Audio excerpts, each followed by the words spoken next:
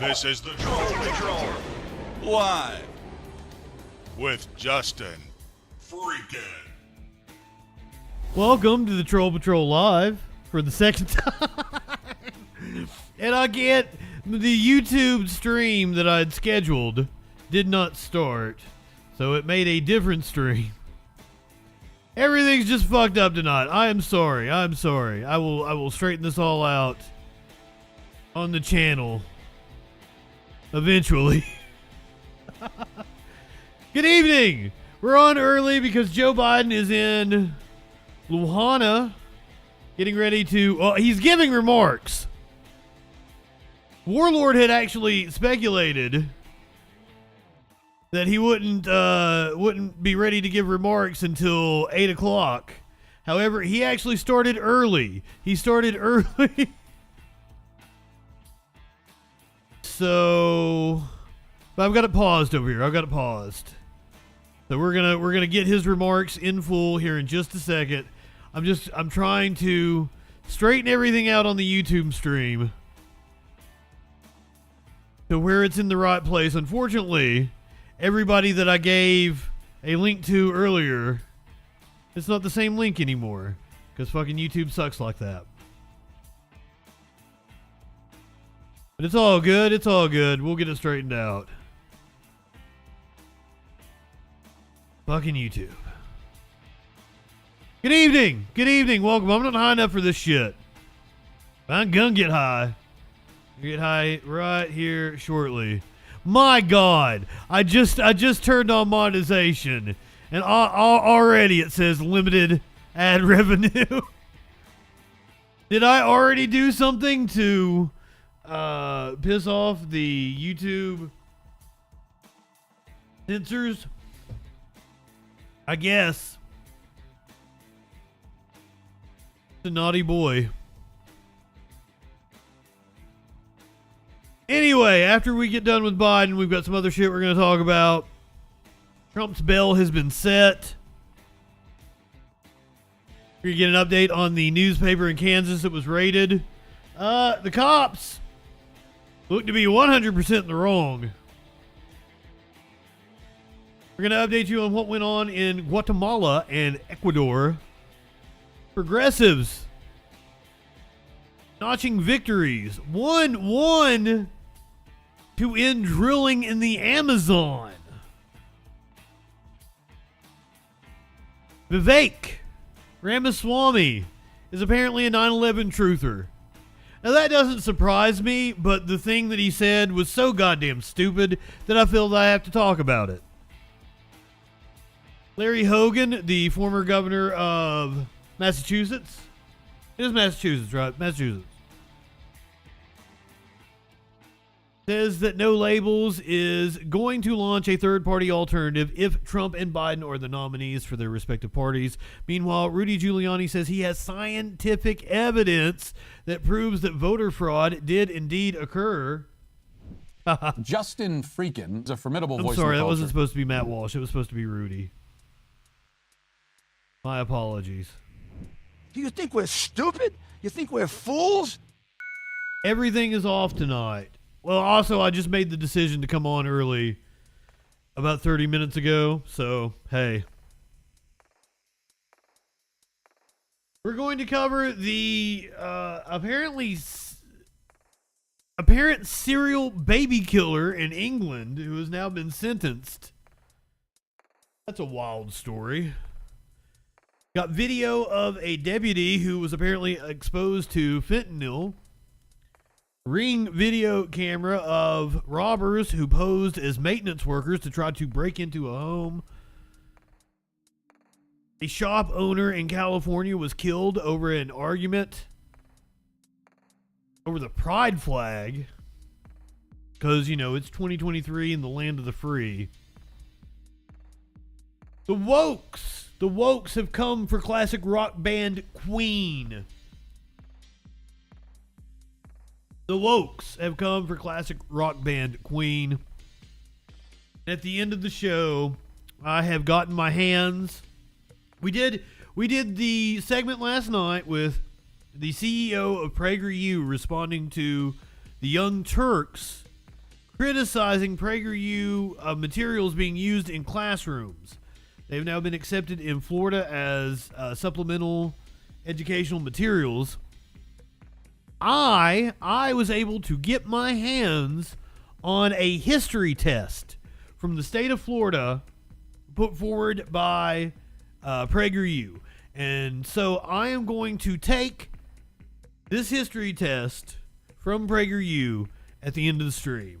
And this should be a lot of fun. We'll see what kind of material is covered. The new curriculum that will be accepted in Florida. But first, we're going to go to Hawaii, where Joe Biden has been touring Lahaina and is going to be... He's probably already finished with his remarks. He came on a little early. But I've got it paused over here, so... Joe Biden, First Lady Jill Biden. I'm not sure if that's the governor of Hawaii, perhaps the mayor of Lahaina. God damn. Look at the charred remains of those vehicles. Jesus. Now, there is one house on that street that remained intact. It went viral. We're going to hear from the homeowner and why they believe the house was not destroyed by fires.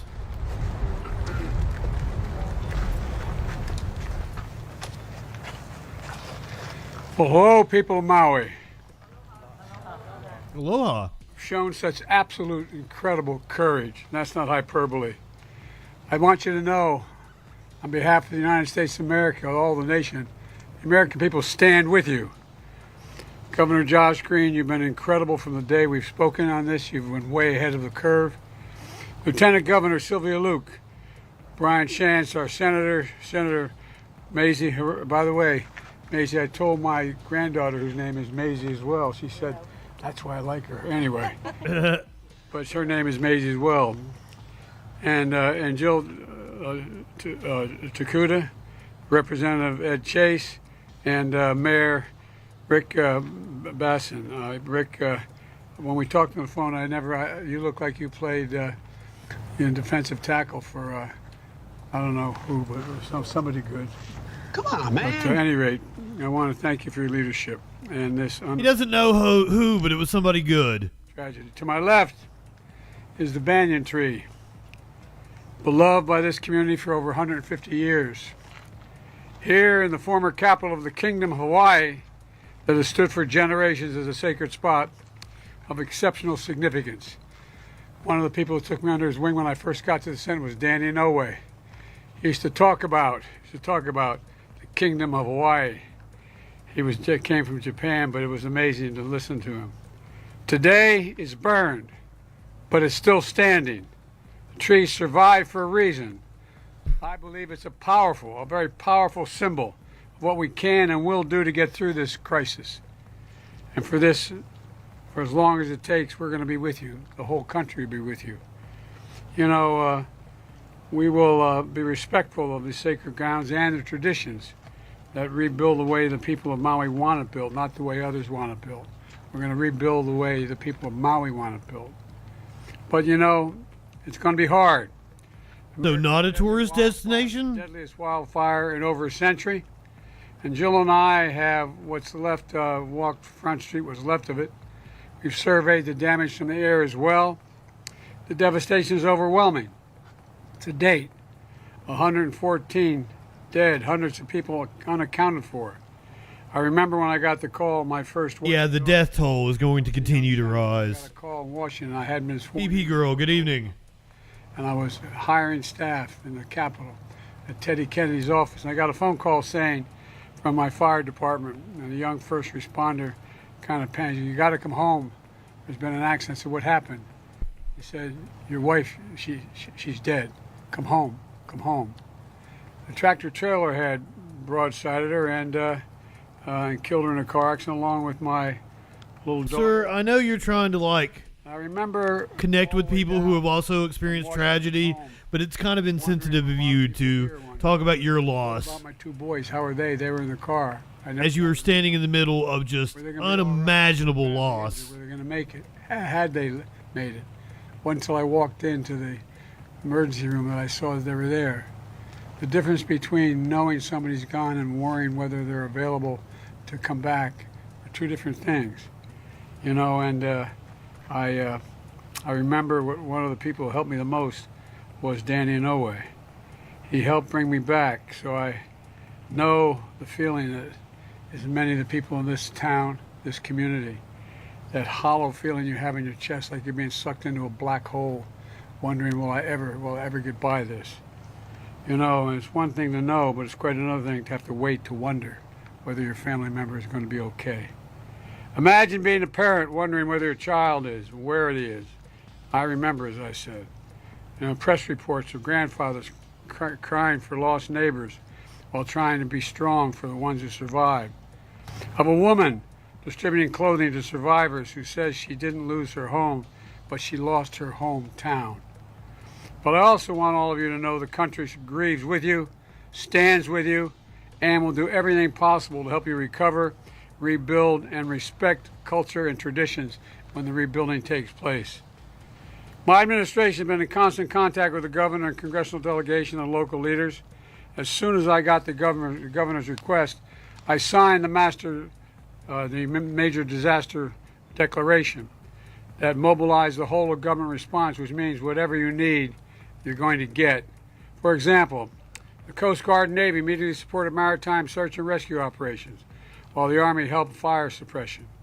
Here's what we've been doing since. First, we focused on search and rescue, which is still going on.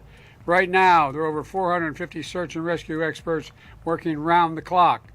Second, I've identified... Unfortunately, at this moment, it kind of seems like it's not a search and rescue. It's a body recovery effort, and I hate to say that.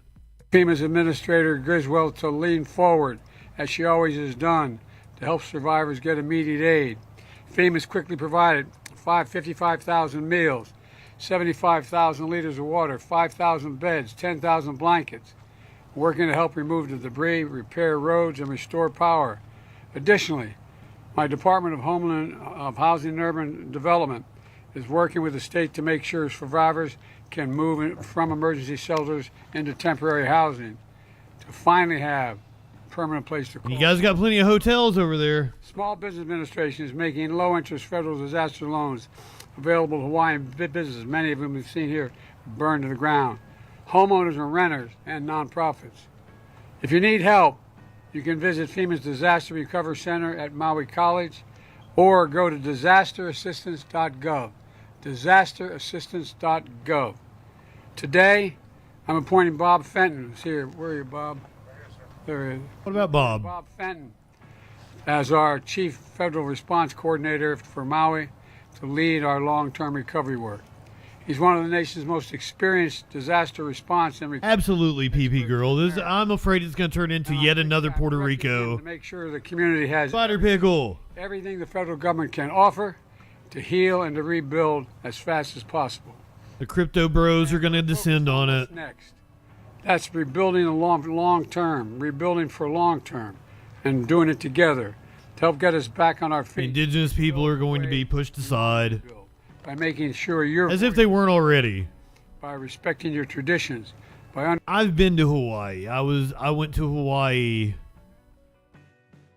my junior year of high school, I think it was. And the only time I went out of the touristy area was we took a bus to like the Dole plantation. And that's the only glimpse, like on the road to the out to the plantation. That's the only glimpse where you find out there's a lot of poverty in Hawaii. On the island of Oahu is where I was at.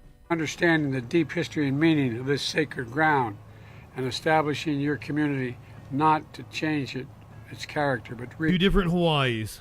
We're also going to bring capabilities to help you rebuild so your critical infrastructure is more resilient in the future. That all this matters. Let me close with this. From stories of grief, we've seen so many stories of hope and heroism, of the aloha spirit. Every emergency responder put their lives on the line for us, save others. Everyday heroes, neighbors helping neighbors, Native Hawaiian leaders offering solace and strength. And this banyan tree, one called it the diamond in the rough of hope. Another referred to fire cannot reach its roots, what he said. Fire cannot reach its roots. That's Maui. That's America. And to the people of Hawaii, we're with you for as long as it takes, I promise you. May God bless all those we've lost. May God find those who we haven't determined yet. And may God bless you all.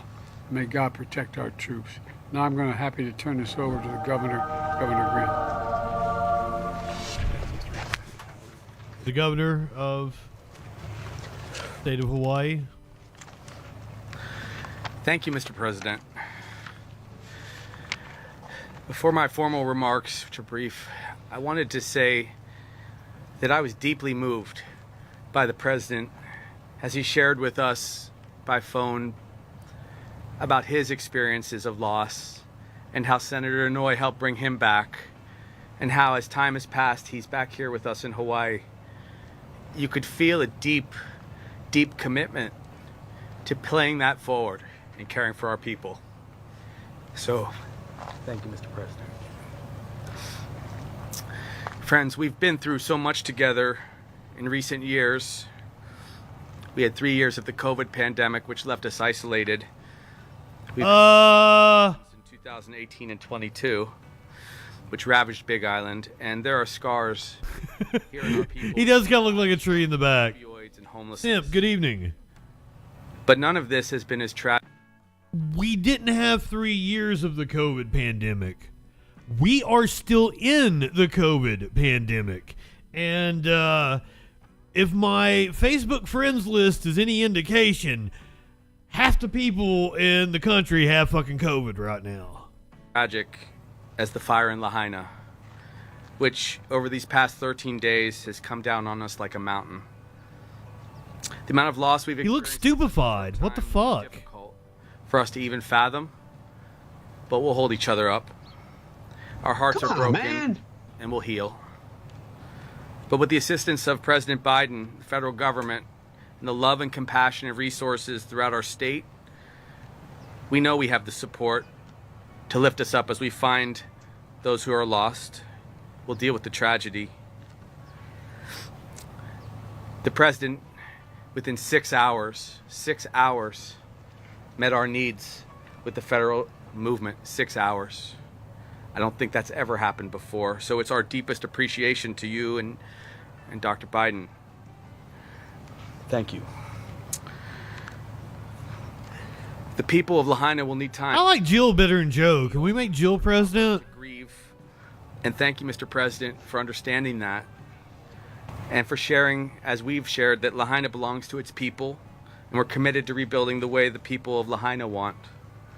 We want to emphasize that again. This land is for the people of Maui, and it's reserved as they return and rebuild. So we've instructed... Hey now, Trump threw paper towels at people. And FEMA to reach out to our Attorney General and enhance criminal... I don't see Joe throwing paper towels out to the crowd. She will share more about that in coming days.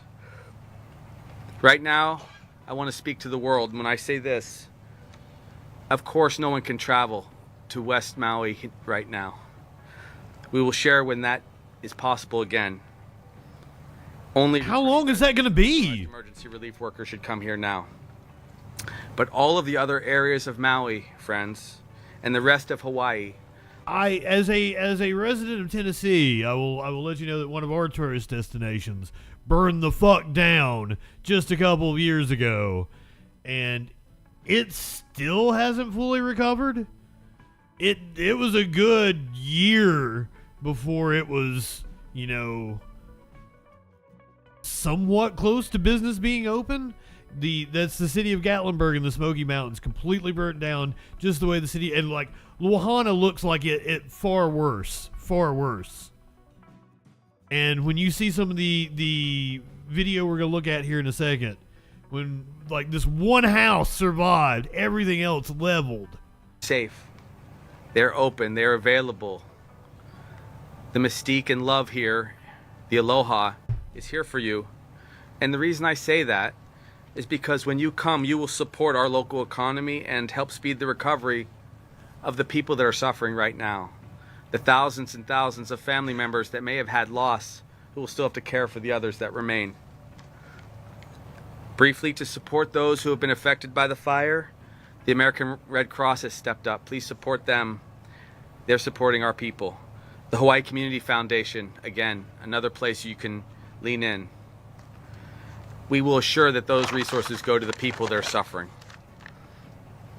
Finally, there may never be another time in our state's history, ever, when we need to summon the spirit of aloha as deeply as we summon it today. So for the good of everyone who has been impacted, share aloha.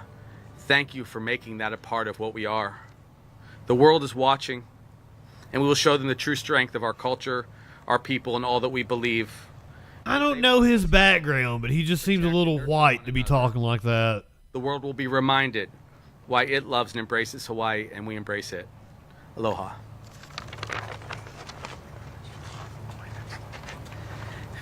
Got too emotional. Next, I'm honored to introduce Brian Schatz, a dear friend and our senator.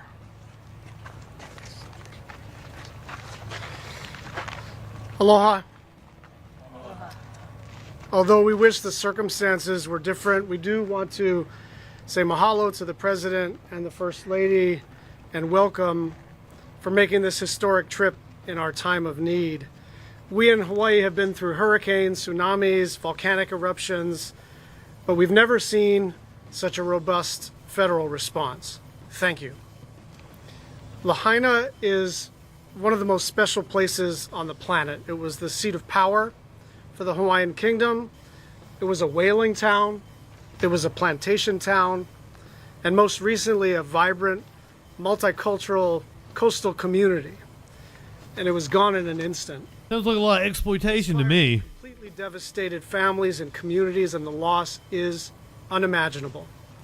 We mourn parents, grandparents, and kids, aunties and uncles, friends and neighbors. To the first responders who put their own lives at risk to save others, and to everyone on Maui who has been working around the clock to help this community while your own lives have been turned upside down, mahalo. Please know that we are going to do everything we can to get you the help that you need. This is the deadliest natural disaster that Hawaii has ever seen, and as a result, this is the biggest federal response that Hawaii has ever seen. But we will need more support from everyone.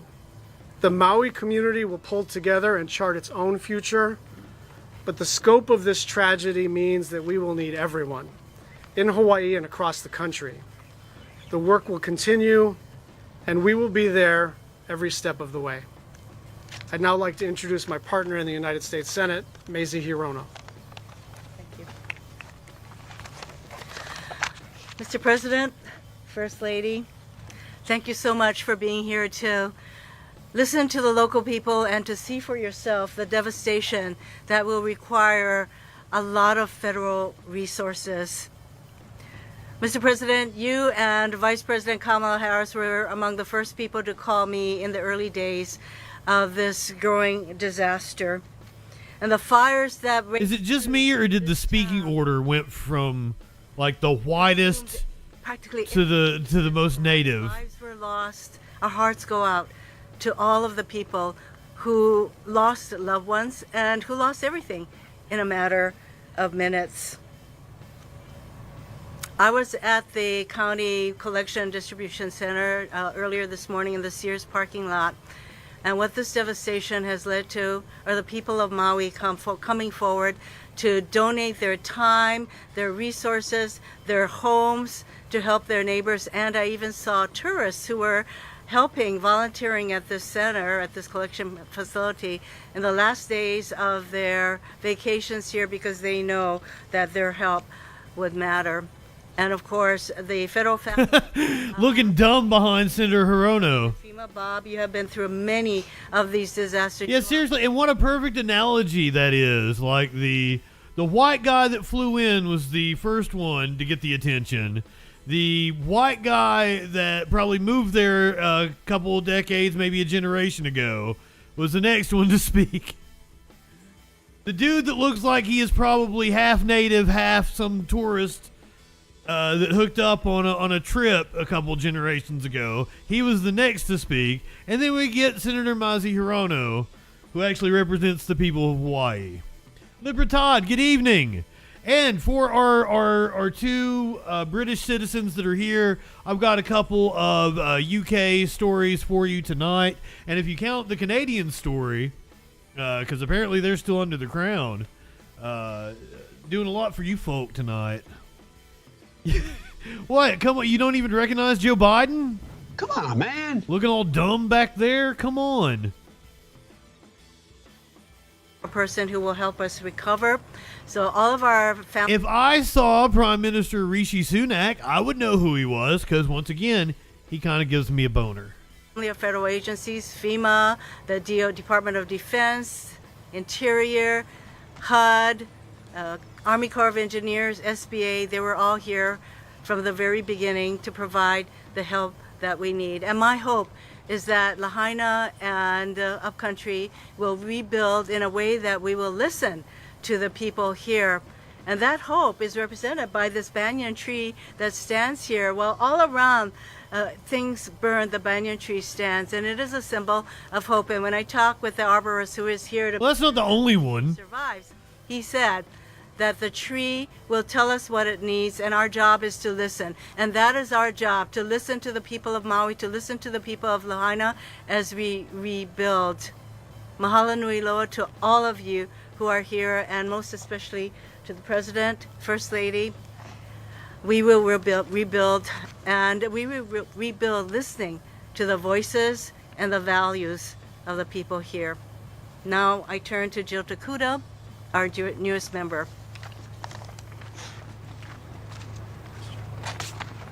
Thank you, Senator Hirono. You know, we all stand here and we can feel the I assume this is coming the down on us. Congresswoman from And I can tell you, Hawaii? it breaks my heart to think about just how hot it was here to do the damage that we see less than 2 weeks ago. All of our hearts breaking for what has happened here and the loss that we've experienced. Mr. President, First Lady Biden, mahalo, not only for your presence here today, but for the love and aloha you have shown our Maui Ohana from the very, very beginning. Your actions from the earliest days of this tragedy, your visit here today demonstrates your commitment and connection with our local community.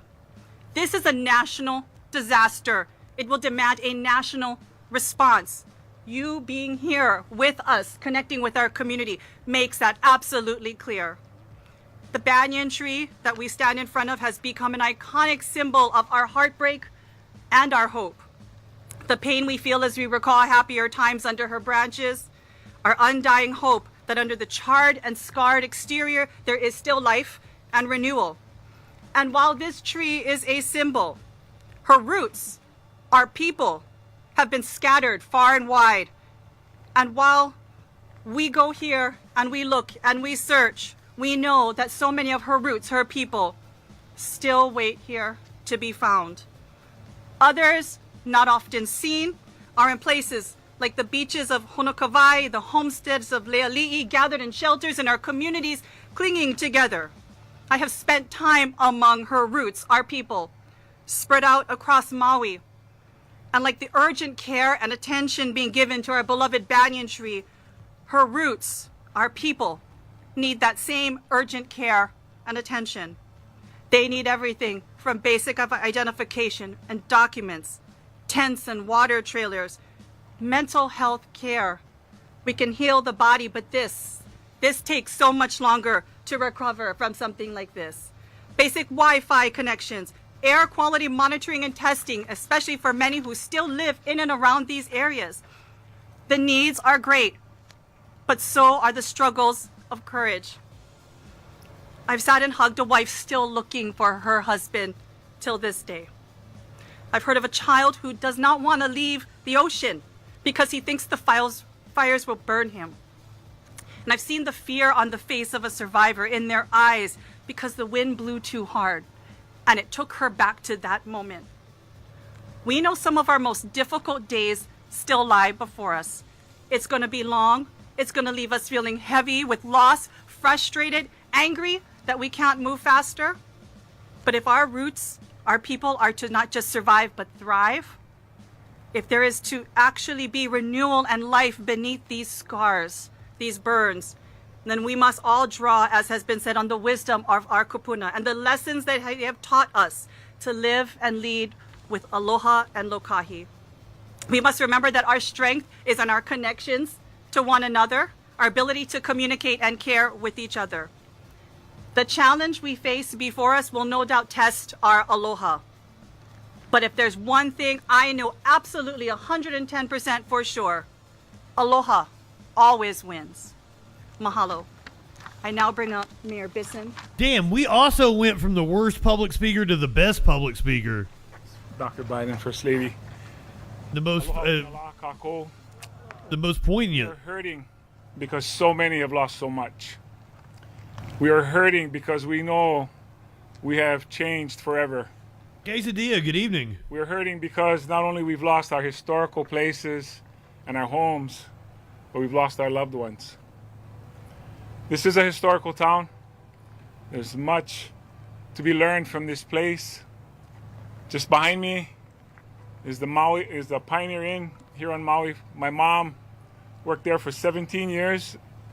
In the 70s and the 80s, I would spend much time here with her. That courthouse there is the original Lahaina courthouse. As a young prosecutor in 1987, I started my career in that courtroom. There's much memories for all of us, and that's why we hurt, because we don't have those anymore. But what we do have is help.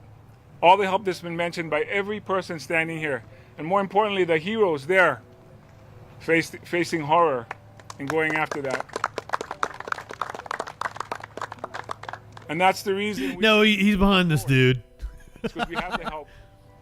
The community has come together. And when I say community, I mean the world's community, not just Maui, not just Hawaii, not just the United States of America, but all countries have come forward to help us. We brought that together. So what that leaves us with is hope. We have hope that we can put this together as we comfort those who have hurt so much and we try to heal. And so again, I'm here on behalf of the people of the county of Maui, Molokai, Lanai, to thank every one of you who have given to us, who have donated, who have offered their services, and especially the leaders behind me, who in each of their own ways have also helped us. And I want to just say how responsive the president has been. He called yesterday, asked for the help we needed.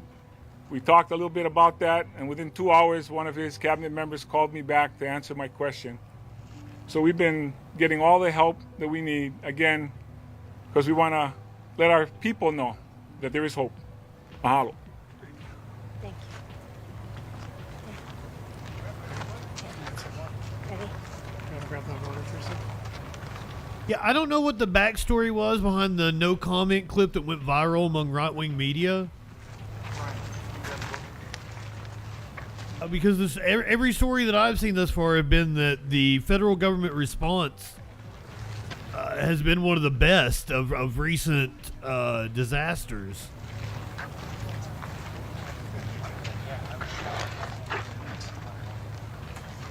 So I don't know the particulars about, why he threw out a no comment. Maybe it was a reporter. Was it like Steve Ducey or some shit?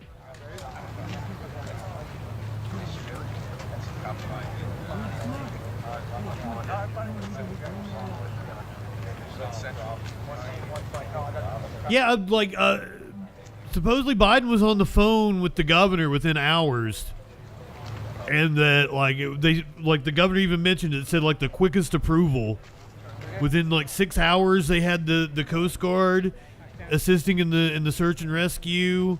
They mentioned several things that were activated, but man, look at that! Look at the devastation. I mean, like, the town doesn't exist anymore.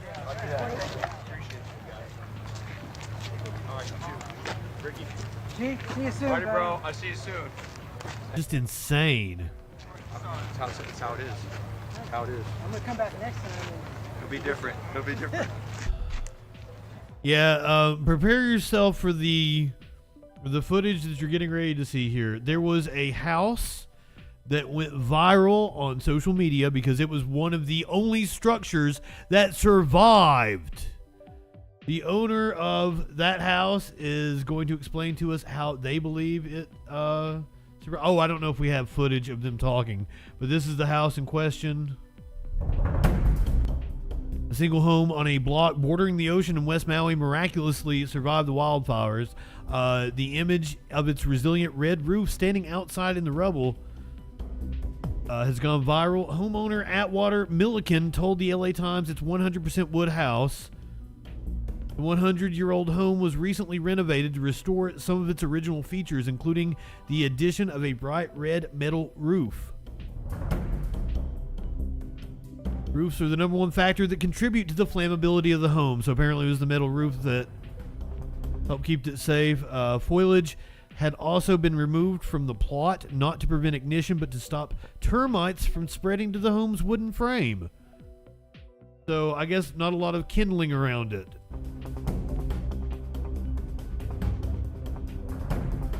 Those changes, in addition to the home being bordered on three sides by ocean, probably what kept the flames at bay. Wow.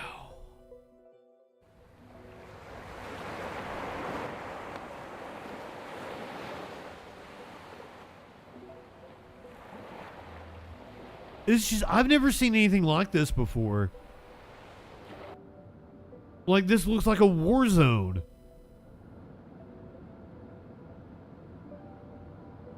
This is what I imagine Hiroshima looked like after we dropped the goddamn bomb on it.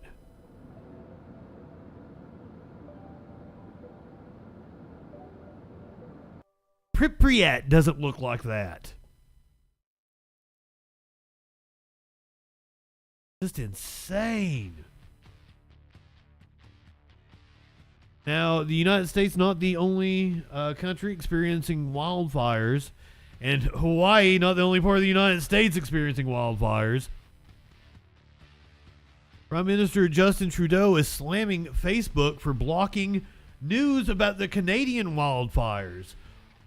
What the fuck?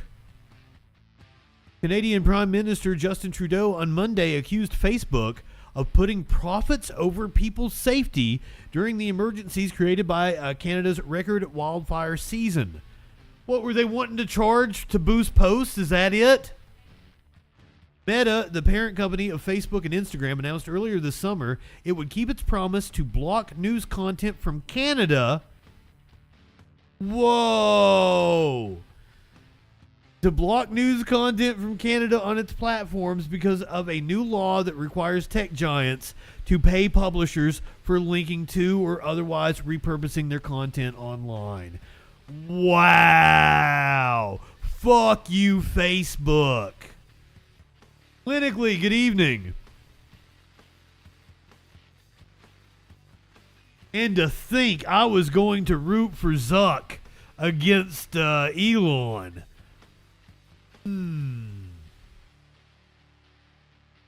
Fires raging in also that's a pretty good law. We need something like that in the U.S. Fires raging in Canada have pushed tens of thousands of people from their homes and threatened cities such as Yellowknife, the capital of the Northwest Territories. About 30,000 people were under evacuation orders in British Columbia. Right now, in an emergency situation where up-to-date local information is more important than ever, Facebook is putting corporate profits ahead of people's safety, and Justin Trudeau is absolutely right. It is so inconceivable that a company like Facebook is choosing to put corporate profits ahead of ensuring that local news organizations can get up-to-date information to Canadians. Government ministers called on Meta on Friday to lift its Canada news ban, which applies to local outlets as well as national media, such as the Canadian Broadcasting Corporation. The company, which is headquartered in Northern California, stood by its decision and said in a statement about the wildfires that people in Canada can continue to use Instagram and Facebook to connect with their communities and access reputable information, including content from official government agencies, emergency services, and non-governmental organizations. The country's residents and visitors are not able to view or share news on the Meta-owned social networks, including news articles, videos, and audio posted by outlets inside or outside of Canada. Meta has not been alone in its action. Google's owner Alphabet also said it planned to remove Canadian news links in response to the new law, although it hasn't followed through just yet. The Online News Act passed in late June after lengthy debate and is set to take effect later this year. Fuck you, Facebook. Fuck you, Google. Fuck all these fucking tech companies.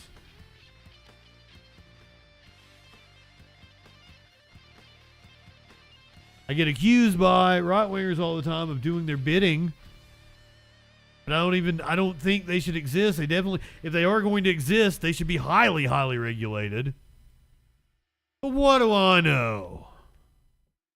Extreme heat, rain, and drought all across this country, North America, South, all across the goddamn world. Extreme heat, extreme rain, drought. And joining us now is Professor Michael Mann, director of the Penn Center for Science, Sustainability, and the Media, and author of the forthcoming book, Our Fragile Moment. So, good to see you again, Michael Mann. Let's start with Tropical Storm Hillary. This is a first. Why is this storm so notable for California? And what's it say about what lies ahead? Yeah, thanks, Andrea. It's good to be with you. And the governor laid it out actually pretty clearly. This is climate change. We're seeing it now in all of its forms, in, the wildfires in Canada, what happened in Maui, the flooding rains that we're now seeing in California. You see greater extremes at both ends of the spectrum. A warmer ocean puts more moisture into the atmosphere. So when you get rainfall, you get larger amounts of it. You get more of these flooding events. But warmer soils evaporate more moisture, so you get worse drought over the land regions of the subtropics and the mid-latitudes. And so, this is it. Greater extremes at both ends of the spectrum, whether it's this very rare hurricane, and, the statistics of Pacific hurricanes that sort of go in that direction are small enough that when we use models to estimate, how likely they are, it's sort of hard to really establish whether there's a trend or not because they're such rare events. But what we can talk about is the huge amount of moisture, the huge amount of rainfall. And that's what this storm, that's the real threat that it poses. Now, is there a difference between the wildfires potentially that devastated Maui and the wildfires in the West and what we're seeing in Canada? Because is the ocean temperature as warm around Hawaii as it is here? Yeah, so it's a great question. Canada in the summer, you're well into the mid-latitudes. It tends to get quite dry in Western Canada. We don't expect that, right, for Maui, for, the tropical islands of Hawaii. It's sort of something that we're not used to. We're not used to thinking about extreme drought on the Hawaiian Islands, but the trend is in that direction. It's been getting warmer, it's been getting hotter, which means, again, more evaporation of moisture from those soils, and rainfall's been going down. And so it's a double whammy. It gives you worse drought, and it was that extreme drought in parts of the island that... Clinically, quoting the amazing George Carlin, it's not save the planet, it's save the humans. The planet will be fine. The planet will be here long after we are gone. Maybe it just needed us to create plastic, and now that it has plastic, whoop, shrugs us off. Help facilitate the damage, the extent of those wildfires. So it's different dynamics playing out in different places, but the underlying factor, the warming of the planet, increased evaporation rates, is common to a lot of these. Now, I'll mention one other factor with Maui, with the hurricane that sort of went to the south of Maui that contributed to the very strong winds. So the winds depend on how large the differences in pressure are. And when you have a hurricane to the south, that's really lowering the pressure. It gives you a different gradient in pressure, worse winds, and those winds were an important part of the problem. They helped spread those fires, they helped knock down those fire lines. And why did it intensify, that storm, that hurricane intensify so quickly? Climate change played a role there. Those very warm oceans mean very rapid intensification. It ballooned to a Cat 4 quickly. It contributed to that pressure gradient that contributed to those winds. It was what I call a compound climate disaster. A number of different climate-related factors came together. Oh God, I hate that song. As I was talking about last night, I hate that little stinger on the outro of MSNBC. I'd rather have Lester Holt come at me than that. Well, at least somebody's doing something about climate change. May not be the U.S., but somebody is. Ecuadorians reject oil drilling in the Amazon, ending operations in a protected area. Mad props. We're going to talk about a couple of different elections in Latin America, and it is a good day for progressives.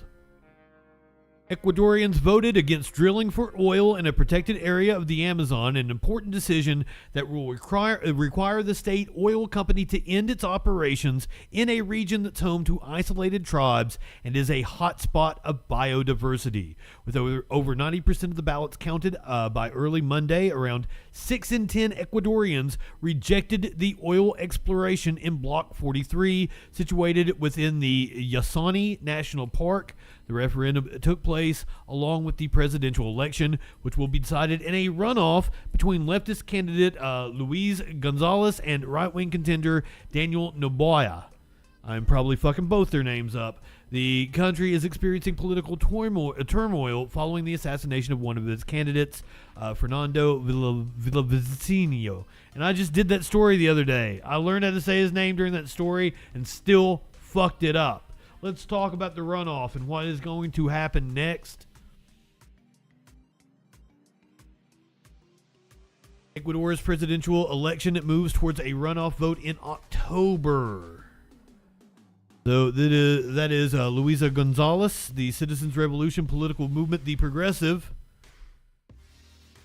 and her running mate Andres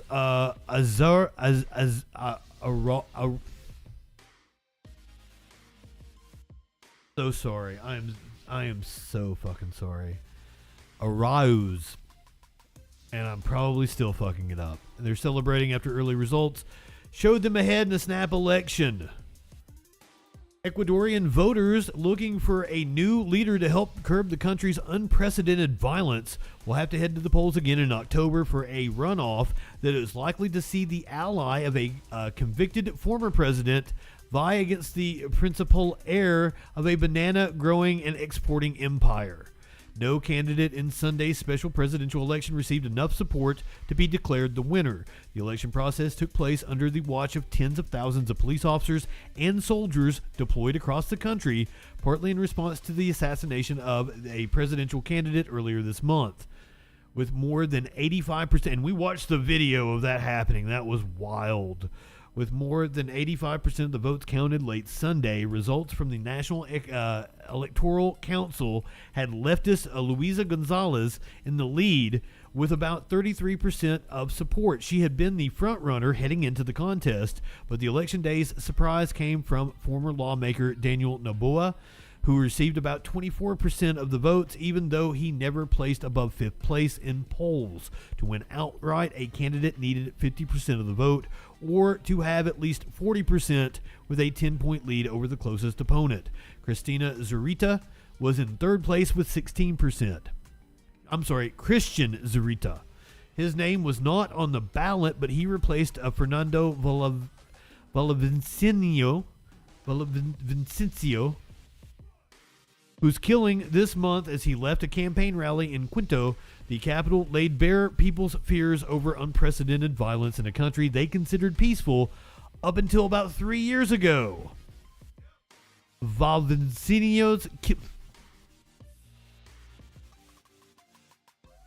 Villavicenio's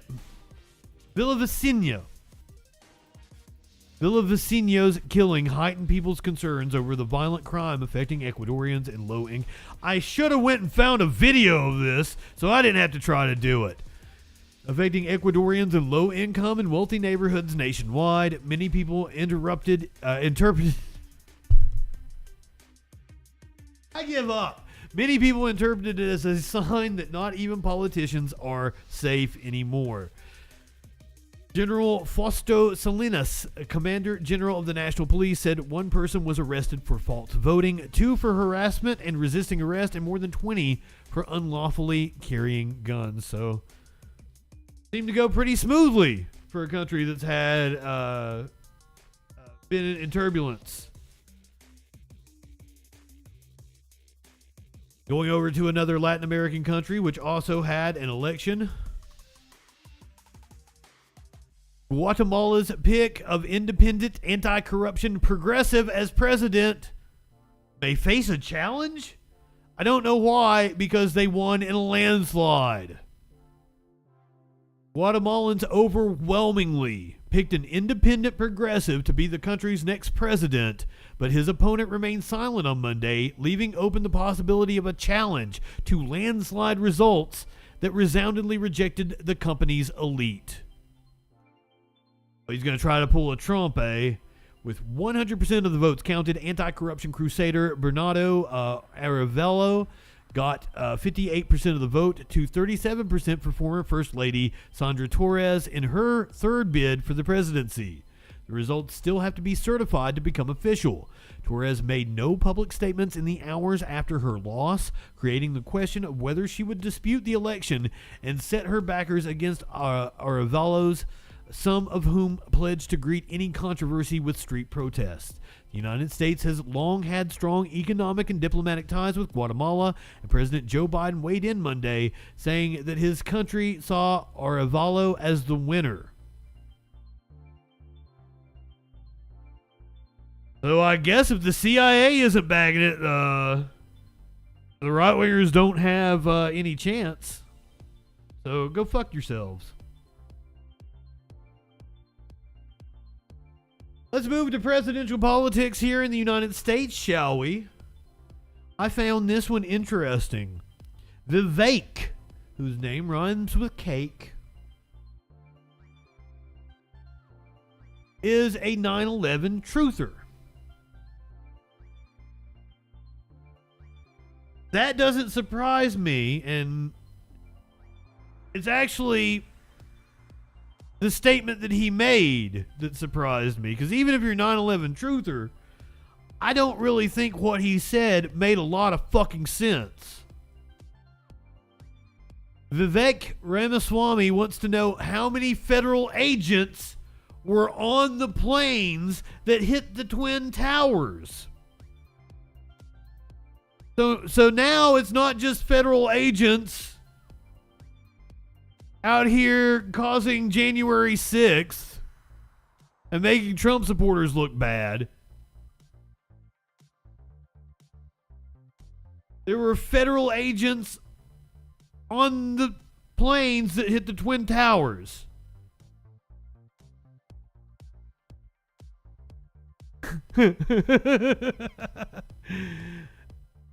Vivek Ramaswamy is once again just asking questions about what happened on 9/11. Is there video? There's not video, is there? Is there audio? Oh no, that's just listening to the article. They just interviewed him. In an interview with The Atlantic, Ramaswamy spontaneously turned to the subject during an exchange about whether Americans knew the truth about what really happened during the January 6th assault on the Capitol.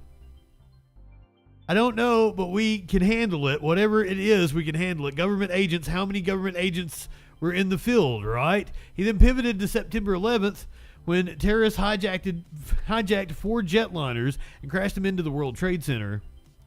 I think it is legitimate to say how many police, how many federal agents were on the planes that hit the Twin Towers. Maybe the answer is 0. It probably is 0 for all I know, right? There was a marshal on one of the planes, wasn't there?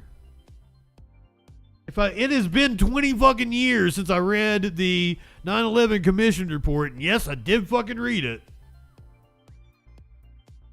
Because I was a glutton for punishment back then.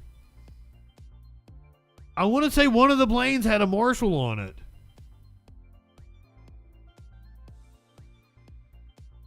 I have no reason to think it was anything other than zero, but if we're doing a comprehensive assessment on what happened on 9/11, we have a 9/11 commission, absolutely, that should be an answer the public knows the answer to. Well, if we're doing a January 6th commission, absolutely, those should be questions that we should get to the bottom of.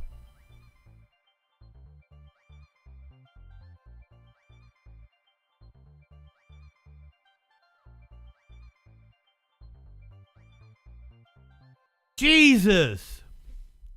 He later insisted that he didn't think the two events belong in the same conversation and that it's ridiculous to compare them, but he continued to insist he wants the truth about that day. I am not questioning this is not something I'm staking anything on, but I want the truth about 9/11. It's not the first time Ramaswamy has expressed outside the mainstream views on 9/11. The GOP candidate has previously made clear that he does not believe everything the government has told us about that day, and pointed to evidence of Saudi involvement in the attack. Well, yeah. That's true.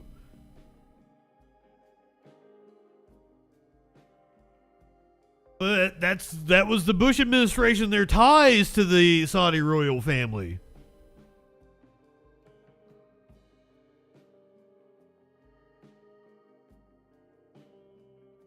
This is going to be a wild fucking presidential season, isn't it? I mean, it's not going to be like the last one. It's going to be more like a traditional election cycle. But it's going to be wild, isn't it? Larry Hogan says that No Labels will likely launch a third-party alternative if Trump and Biden are the nominees. Well, Mr. Hogan,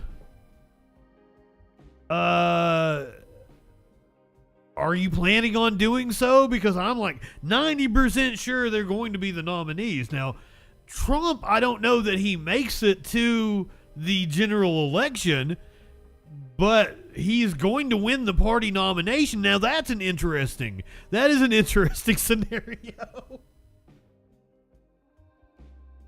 And the motherfucker is almost certainly going to win the GOP nomination, but I still believe he's going to be too encumbered by all of his legal woes to actually participate in the general election.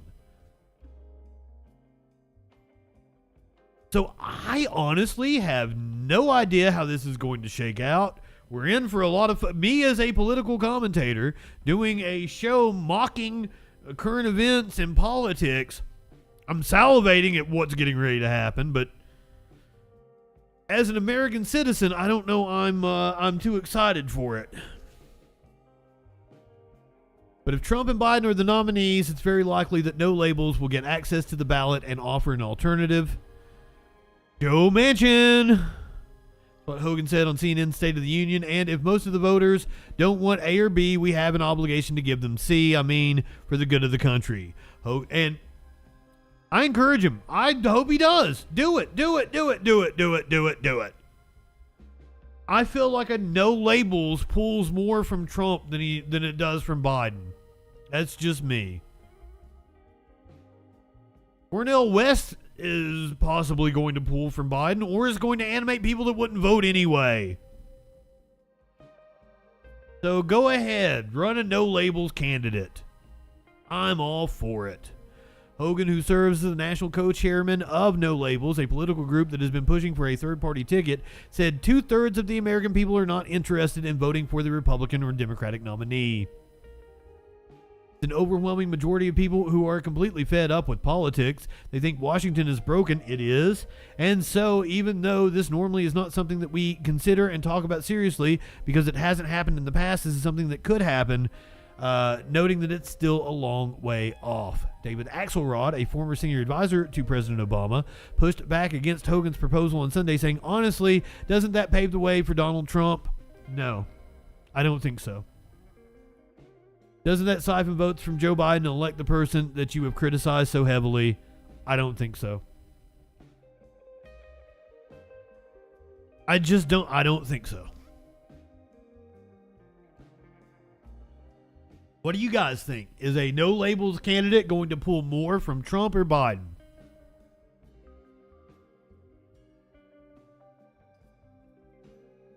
Just don't get it in your mouth. Ew. Speaking of stuff you don't want to put in your mouth, Rudy Giuliani. Damn. He apparently has scientific evidence of voter fraud in order to prove his innocence. Oh, God. Do we have a clip?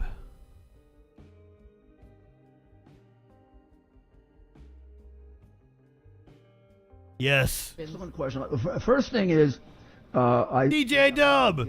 Giving anything away. At least I'll tell you my strategy. I'm going to follow Mark Meadows and file as soon as I do the arraignment.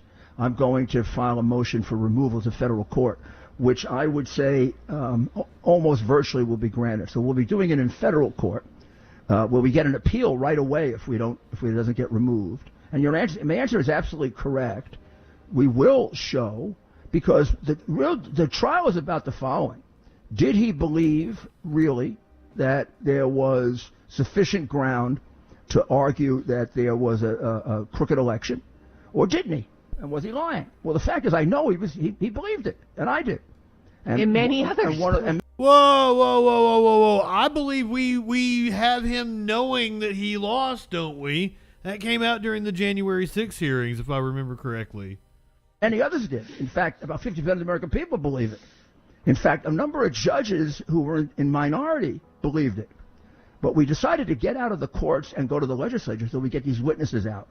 And the answer to the last part of the question is yes, there are things we didn't present then, because over the next couple of years, a lot of people did a lot of work and have been able to produce more witnesses and what I would call scientific evidence that is very persuasive. But Alex asked us such. Did your scientific evidence come from one Mr. Mike Lindell?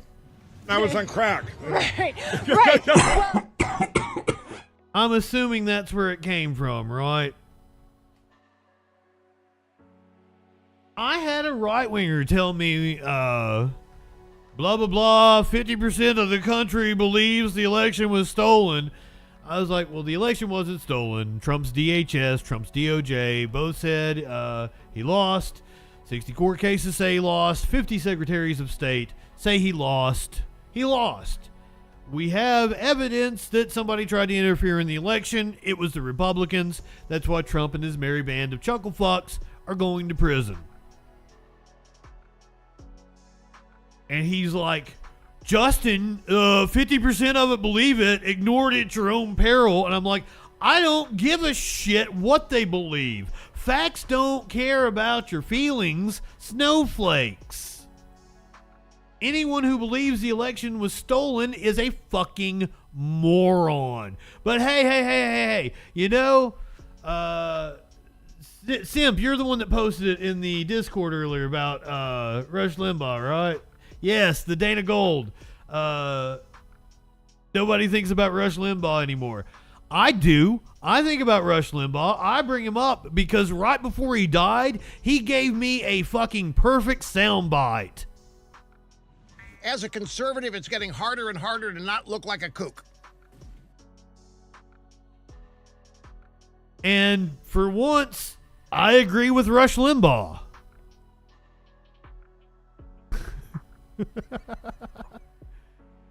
Oh, Jesus. Trump's lawyers were in Fulton County, Georgia today. They were apparently negotiating with the DA, Fani Willis, and Trump's bond has been set. The bond that he will post come Wednesday. Breaking news out of Fulton County, former President Donald Trump's bond has just been set. It's at $200,000. Joining me now. okay, is he allowed to use campaign funds? Does he have 200 grand?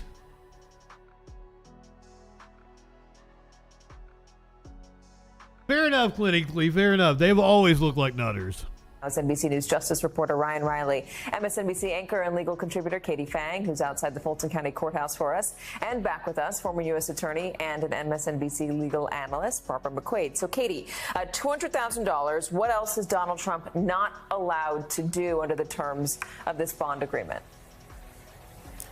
Yes, so Katie, we're pending confirmation of the remaining bond conditions for Donald Trump. But if they're anything like John Eastman and Scott Hall, who are two of the co-defendants for Donald Trump, if those are similar, you're not allowed to interfere with any of the witnesses in this case. You're not allowed to violate any state or federal laws. You are required to appear when you are ordered to appear for the proceedings that are going to be going on in this case. I want to note that, as you are aware, Katie, all of the 19 co-defendants have been charged with one count of RICO.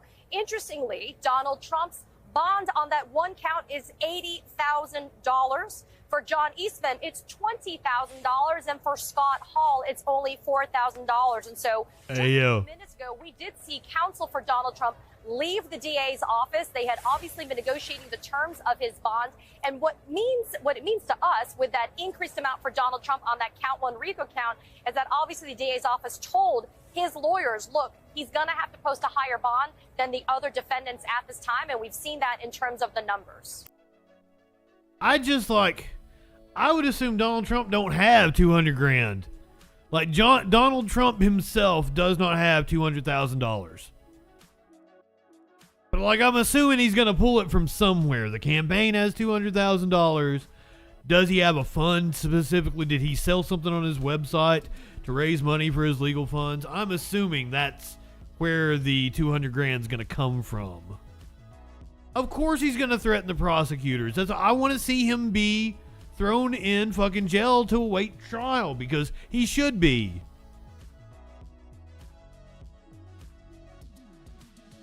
I mean, he's already threatened the prosecutor. He's already done everything that he can to try to, they tried to, get a court to before the indictment even came down, they were trying to get a higher court to move it from her jurisdiction or some shit that came out today. They're trying to get the Georgia legislature to remove her, and they don't have that kind of power. Jesus.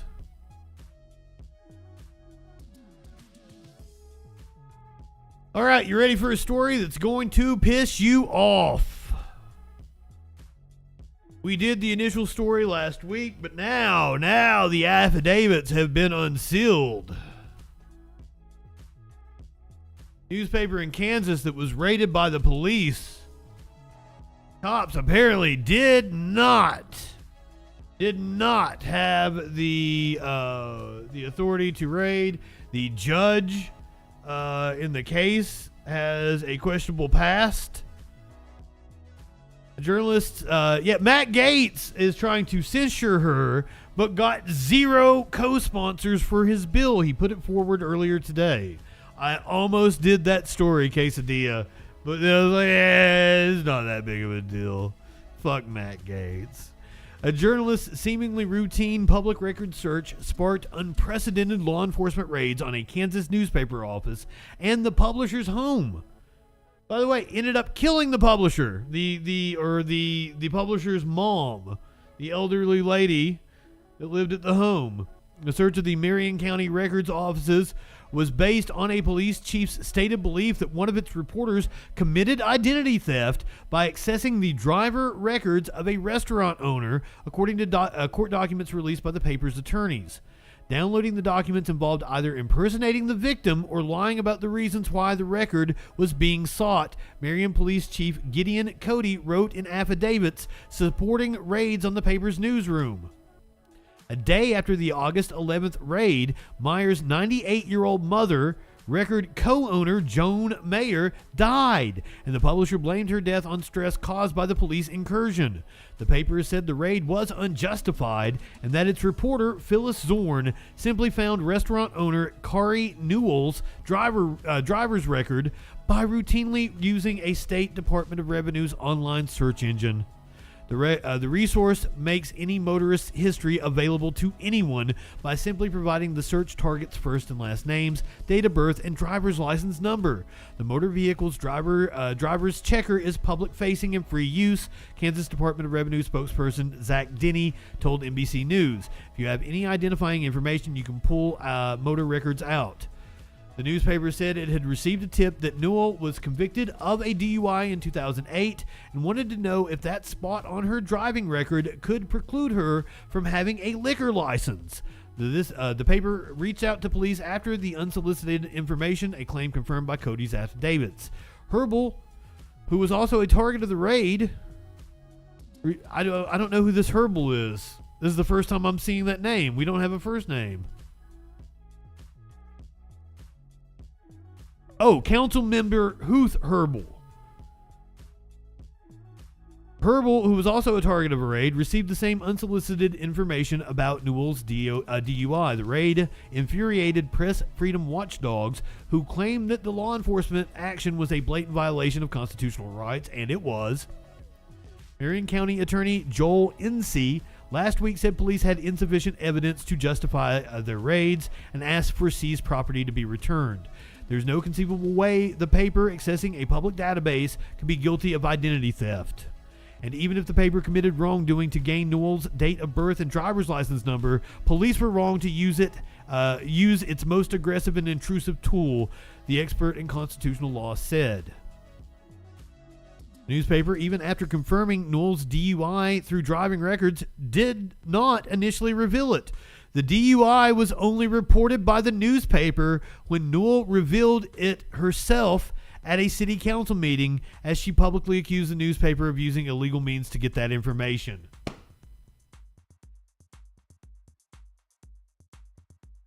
Wow. This story.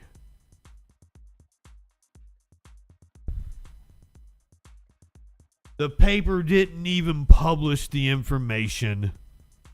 The woman did it herself when bitching about the newspaper.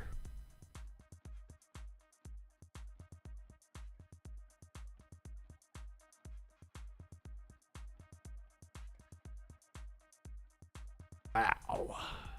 All right, the next couple of stories are pretty fucking graphic.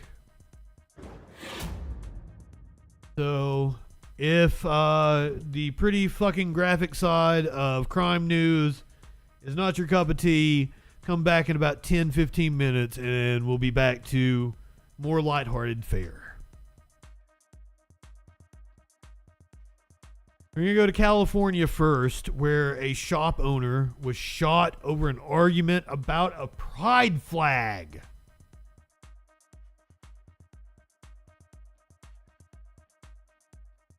Oh, I thought I had a video to play you, but apparently they are live right now with some kind of press conference about it. We're going to read the story here.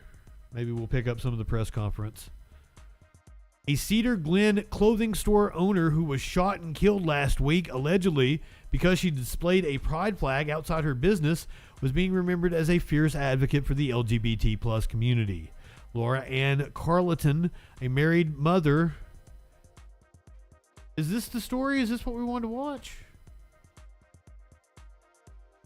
Had to happen. 66-year-old Lori Carleton owned Had to happen. 66-year-old Lori Carleton owned Magpie. The San Bernardino Sheriff's Department says around 5 p.m. Friday, someone made several disparaging remarks about a rainbow flag flying outside, which led to an argument and the shots fired. Wesley Lynn and Matthew Clevenger are part of Lake Arrowhead's LGBTQ plus community. They knew Lori as a friend and an ally. We don't really hear of cases like this so much, of allies getting killed for support. Even violence against allies. The violence took more than just a person. One by one, people showed up and reflected on the service-minded, community-oriented neighbor who, by all accounts, cared deeply for those who made this place home. Well, how do we move forward, you know, with this undercurrent of hate having invaded or taken from us that sense of security and love and safety? So often in these kinds of tragedies, you hear people say, this kind of thing doesn't happen here. It's so quiet.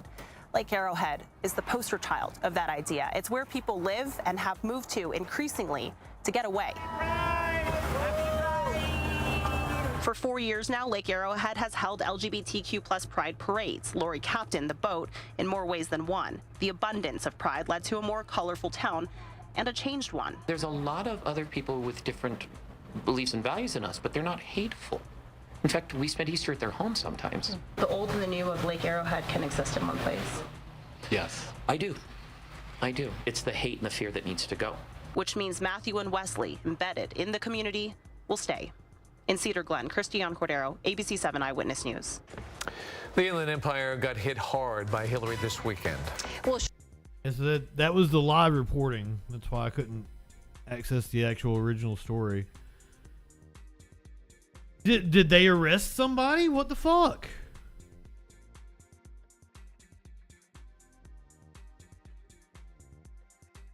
The update.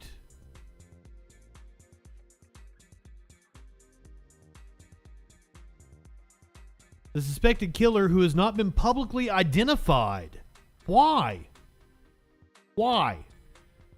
Fled the crime scene on foot, but was found by sheriff's deputies several miles from Carlton's store, where he was fatally shot in a confrontation. Sheriff's office said the assailant was armed with a handgun and refused orders to drop the weapon. No deputies were injured in the incident, unfortunately.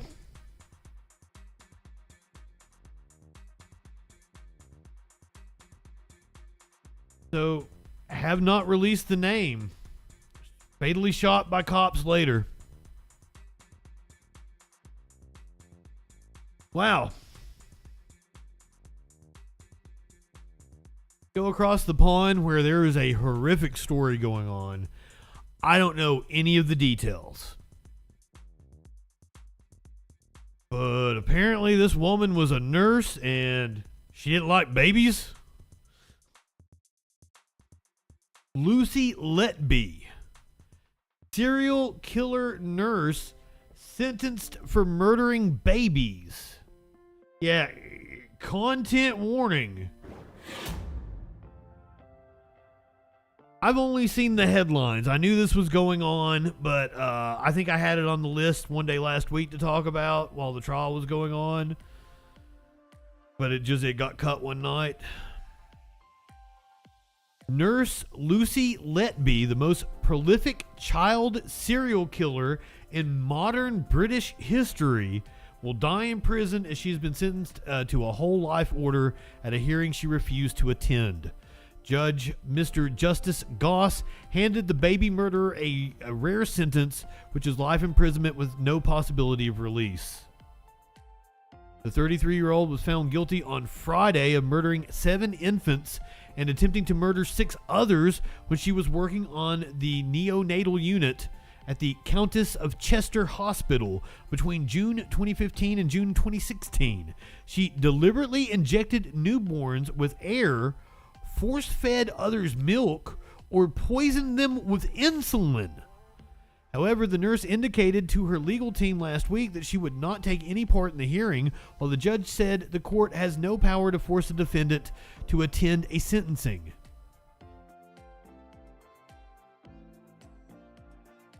On here. You want to see a picture of her? Since we really didn't get a lot from the story, here's the picture I used in the thumbnail. This is pictures of her bedroom that they showed in court that apparently made her cry. I don't even know, like, why? What is the motive? Why?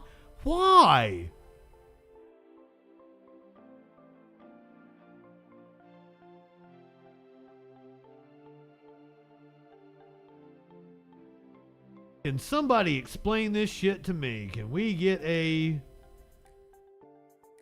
Here is video of her arrest from the BBC.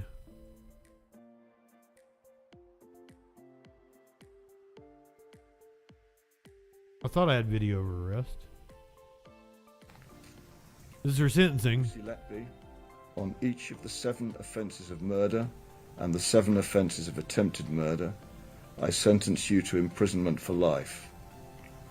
Because the seriousness of your offences is exceptionally high, I direct that the early release provisions do not apply. And now one of our resident bean eaters chimes in. I'm sorry. I'm sorry. I like beans. I don't know why. I don't know why I say that as an insult. It's more the beans at breakfast that get me.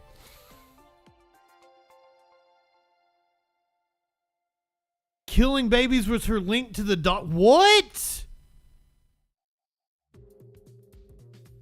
One of the Brits chimes in and says she was framed. The order of the court, therefore, is a whole life order on each and every offence, and you will spend the rest of your life in prison.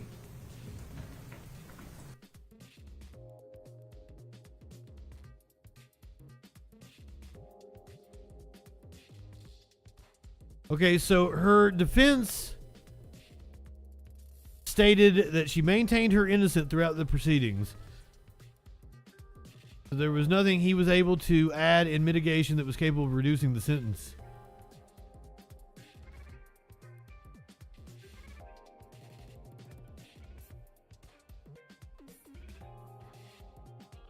It's really just describing the...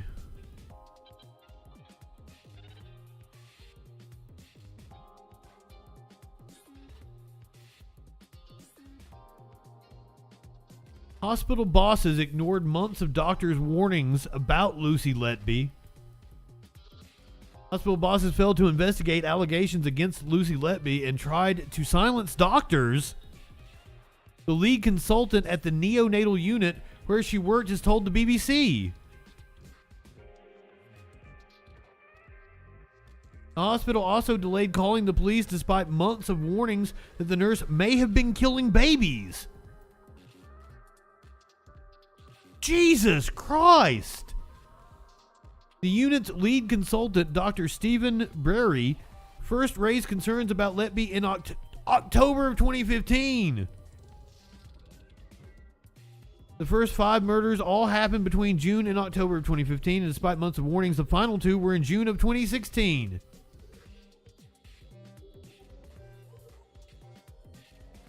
The hospital's top manager demanded the doctors write an apology to Letby and told them to stop making allegations against her. 2 consultants were ordered to attend mediation with Letby.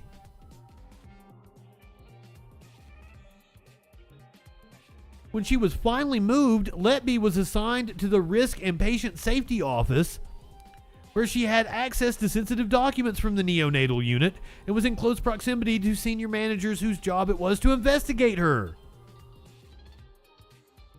Deaths were not reported appropriately, which meant the high fatality rate could not be picked up by the wider NHS system. And this is according to a manager who took over after the deaths, reporting told the BBC, as well as the 7 murder convictions. Letby was on duty for another 6 baby deaths at the hospital, and police have widened their investigation. 2 babies also died while Letby was working at Liverpool Women's Hospital.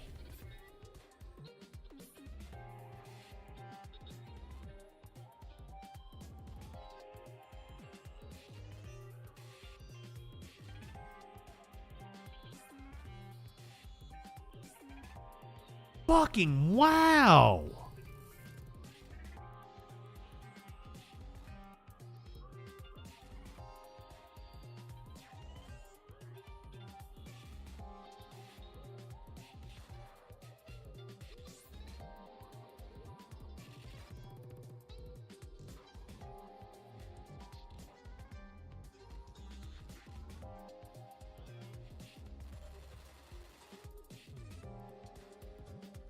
I'm not at a loss for words often.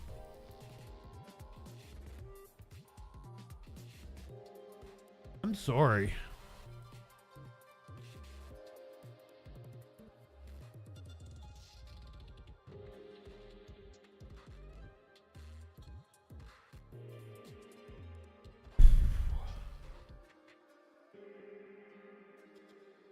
Let's go to Texas, where we have Ring video camera of men posing. Yeah, clinically, like we've gone through this. There's several times. There's been a few different stories where like I'm 100% against the death penalty, except this one. Let's say like it's usually mass shooters and stuff like that. The dude that we covered a few weeks ago that executed his own children. That dude should be put to death. And this woman.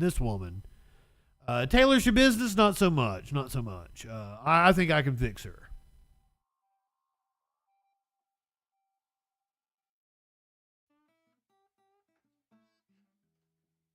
Drugs make you do some weird things, don't they, Elon? Stay tuned for that one.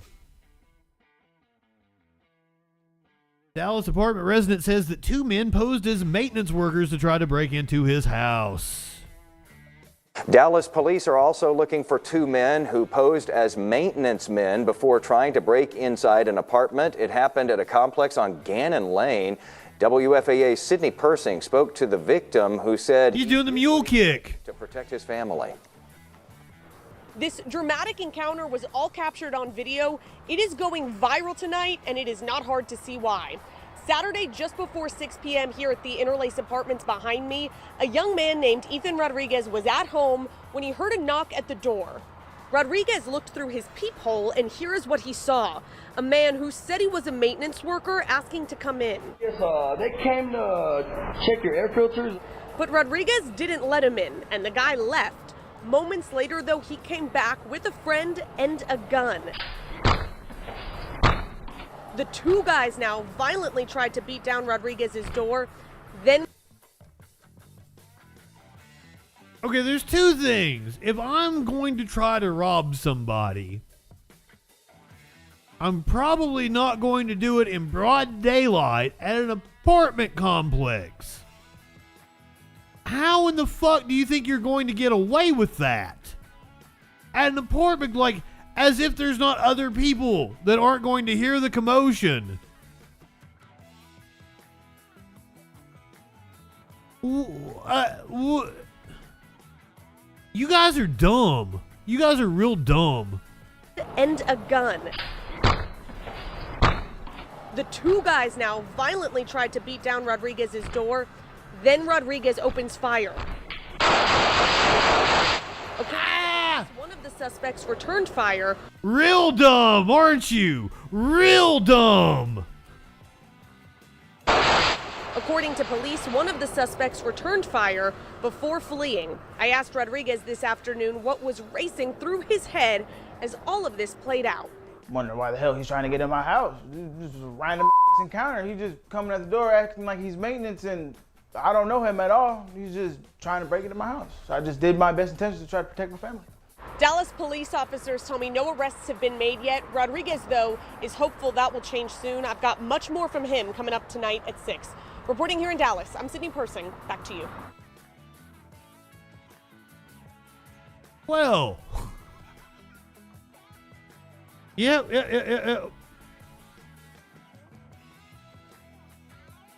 Well, that happened.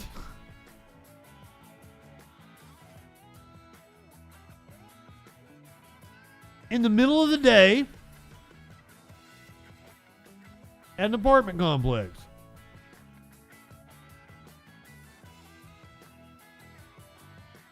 And this was in Texas?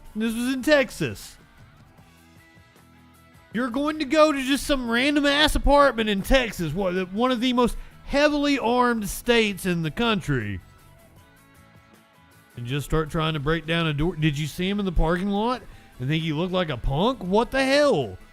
What went through their minds? that could have absolutely injured their neighbor.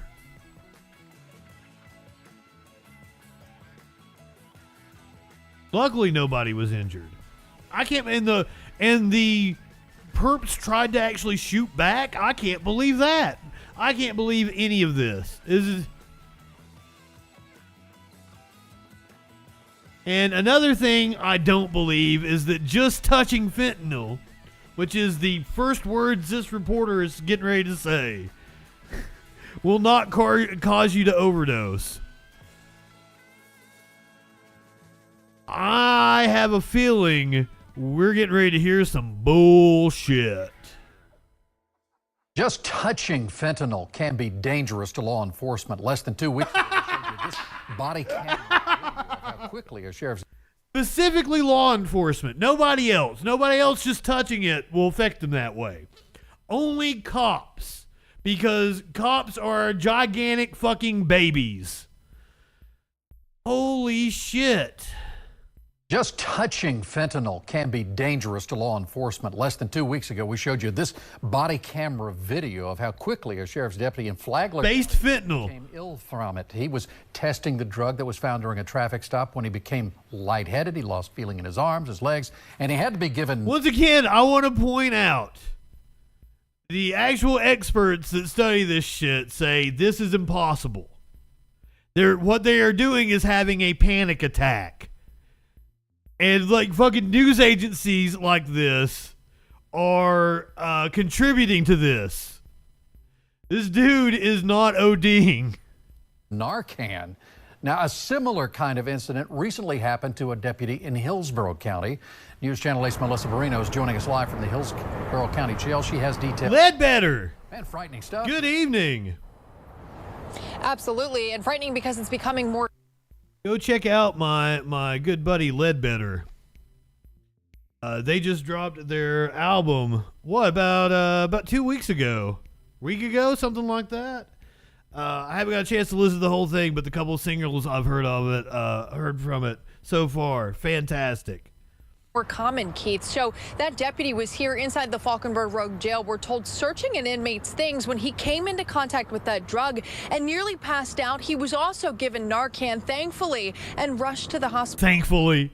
It can happen in an instant. No, it can't. I showed you this body camera video of a sheriff's deputy in Flagler County getting sick after coming into contact with fentanyl. Just days ago, another close call at the Falkenberg Road jail. According to the Hillsborough County Sheriff's Office, Deputy Ismael Contreras was conducting a routine search at the jail when he was exposed to a powdery substance in an inmate's bunk area. We're told within minutes, Deputy Contreras nearly passed out. He was given 2 doses of Narcan and then rushed to the hospital.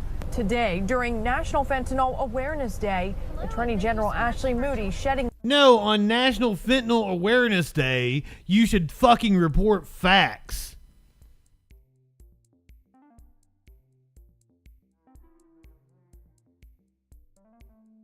Can fentanyl be absorbed through the skin or by touching, and we're reading from health, ucdavis.edu. Can fentanyl be absorbed through the skin or by touching an item that has fentanyl on it? No. That is a common myth that is being perpetrated by this news station. Fentanyl cannot be readily absorbed through the skin, nor can you overdose on fentanyl by touching a doorknob or dollar bill. As a result, it is safe to help people who have overdosed. There are fentanyl skin patches that are prescribed by a doctor in which a special formulation of the opioid can be slowly absorbed through the skin. Even then, it takes hours of exposure. So, once again, this is bullshit. One pill can kill. Light on this incident. You expect that those jobs are dangerous.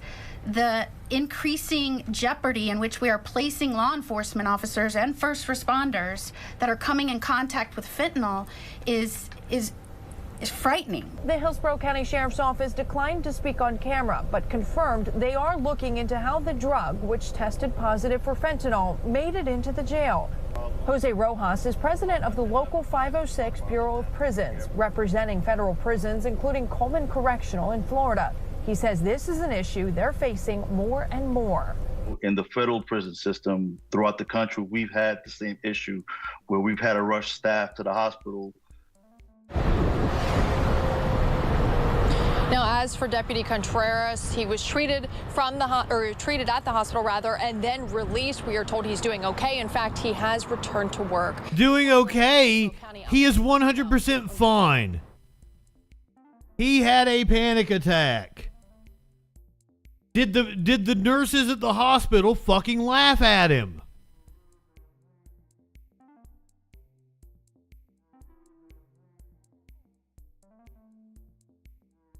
I can't with these people. Is fentanyl what Elon Musk is on? Because apparently Elon Musk is on some drugs. That's what his friends are saying. Musk's erratic... He don't have friends. Associates, yeah, the Daily Beast. Associates is the better word. Musk's erratic behavior may be caused by escalating drug use, associates say. Elon Musk has long touted ketamine as an alternative to antidepressants, but some of his associates suggested to the New Yorker that his personal use of the drug has been on the rise recently, perhaps contributing to his erratic behavior. A little bit of ketamine has an effect similar to alcohol. It can cause disinhibition, where you do and say things you otherwise would not. A leading ketamine researcher, Amit Anand, told the magazine, adding, "You can feel grandiose and like you have special powers or special talents. People do impulsive things. They could do inadvisable things at work." Musk has apparently become more isolated too, as his relationship with the press and some members of the public becomes more combative. His life just sucks, one colleague told the New Yorker. It's so stressful. He's just so dedicated to these companies. He goes to sleep and wakes up answering emails. 99% of people will never know someone that obsessed and with that high a tolerance for sacrifice in their personal life. No, he's just addicted to Twitter. He's just addicted to Twitter. And apparently drugs. So, ketamine makes you more combative. That might explain why Elon had a fight with James Woods over the weekend. Elon Musk actually blocked actor James Woods after weekend Twitter spat over blocking. The move came after the Hercules actor criticized... I know him more from Family Guy. The Hercules actor criticized... I didn't even know what Hercules was he even in. Criticized the CEO's plan to remove the block feature from the platform. Elon Musk has blocked actor James Woods following a weekend spat over the CEO's plan to remove the exact feature from Twitter. Oh, the animated Hercules. Disney's Hercules. Right-wingers are morons. Oh, you were referring to the Ouroboros. Elon Musk has blocked I played Kingdom Hearts. He's the voice of Hades, yeah. Ah, fuck, I even knew that. I just played Kingdom Hearts just a few months ago. On Friday, Musk, 52, announced that the social media site, which he has attempted to rebrand as X, I'll never call it that. You dead name your children, I'll dead name your fucking social media company. It's Twitter, motherfucker. Will dramatically limit the ability of users to block other accounts. Many believe that the decision will allow harassment to flourish on the platform. Listen, I have 0 people blocked on Twitter, and I am blocked by hundreds, maybe thousands. Go ahead, Elon. Do it. Blocking is going to be deleted as a feature except for DMs, Musk tweeted. It makes no sense. As many people have speculated, someone showed him how many people have him blocked, which includes me. Oh, I just contradicted myself, didn't I? I said I didn't have anybody blocked. I do, Elon. I have Elon blocked. The next day, Woods, who is known to be one of Hollywood's most vocal conservatives, criticized the billionaire's decision. The 76-year-old argued that if Musk removes the ability to block concerted harassment by trolls or organized political entities, how will X, or Twitter, be any different from Jack Dorsey's horrid Twitter? Dorsey was the co-founder and CEO of Twitter before he sold it to Musk. Apparently, Dorsey chimed in and said, yeah, do that. Other people have noted he will get removed from the Apple App Store and the Google Play Store. Musk, whom I once championed, according to Woods, is only doing this to protect his advertisers anyway. Not true. It's because somebody showed him how many people have him blocked. Because, I mean, he bought the platform and automatically had everybody follow him. You automatically follow Elon after he took over Twitter. Users of Twitter, or as he's trying to call it, X, are mere pawns to turn his site into an economic shopping mall. The man I thought was a defender of free speech is just another greedy capitalist. Disappointing but not surprising.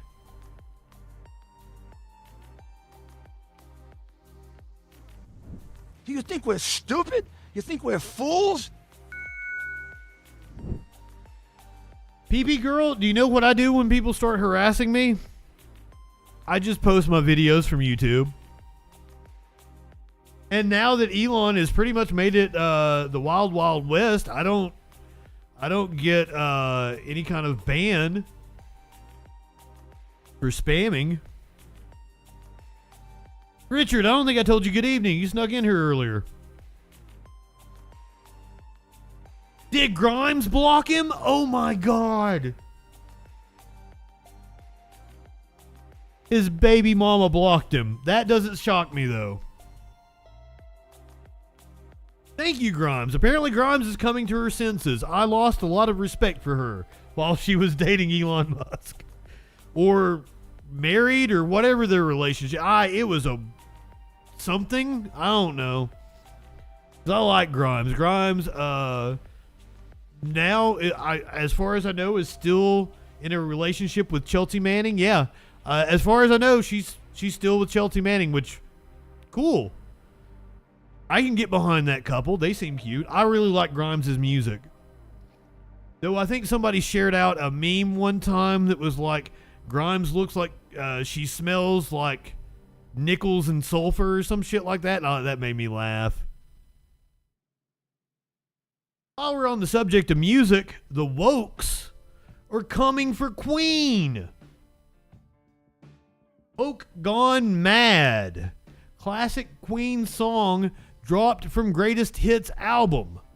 I don't even know how that's possible. Like those Greatest Hits albums, the double disc set, one's like burgundy and one's like a navy blue. Because I had both of them. Fucking Queen's awesome. I guess they're doing a re-release. A new version of Queen's 1981 Greatest Hits collection was released earlier this month on Yoto, an audio platform aimed at children. Then why does it matter? What? So they didn't think the song Fat Bottom Girls was appropriate for a children's platform. These are the same people that are like drag queens or grooming children. Are you kidding me? It's the ideal introduction to the music of Queen for young music lovers and the perfect soundtrack to kitchen dance parties, road trip sing-alongs, bedtime air guitar sessions, and much, much more. One song that won't be included, however, is the Queen classic Fat Bottomed Girls. The 1978 track, written by Queen guitarist Brian May, includes the lyrics, "I was just a skinny lad, never knew no good from bad, but I knew life before I left my nursery. Left alone with big fat Fanny. She was such a naughty nanny. Big women, you made a bad boy out of me. Are you gonna take me home tonight?" Music Insider told the Daily Mail that the removal of the song is woke gone mad. It's not the removal. It's just not including it on a kid's platform. Bicycle, bicycle. It is the talk of the music industry, said the insider. Nobody can work out why such a good-natured, fun song can't be acceptable in today's society. It's woke gone mad. Why not appreciate people of all shapes and sizes? Like society is saying we should, rather than get rid of it.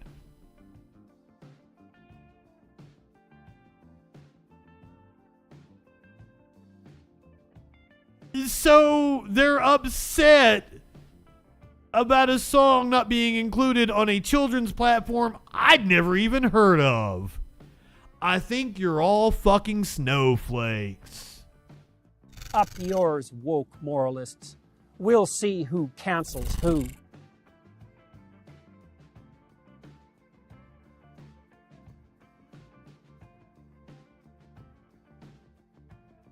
Dumbasses. What's your guys' favorite Queen song? I am a huge fan of The Show Must Go On. I love the Highlander theme. I am mortal. I have inside me blood of kings. Yeah. Princes of the Universe. That's the name of it. Okay. I'm a fan of like the first minute of that song. And then like it gets weird.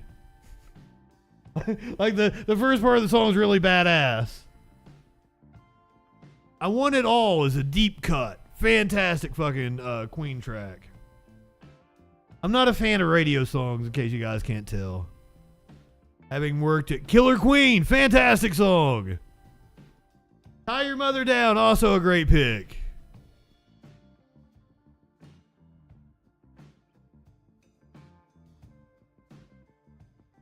Hell yeah. You want to keep it on music? Let's talk some more music, shall we? I bet you guys have been wondering what the band Trapped has been up to. Trapped, a favorite of far-right chuds. They were famous for the song Headstrong back in like 2003. What's Trapped been up to?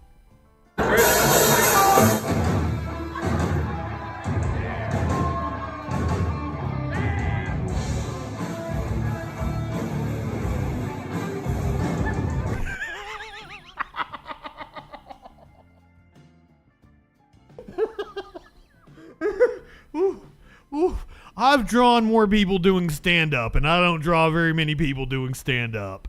Goddamn, Trapped. Oh, the goober's the best part of it. That's my favorite part.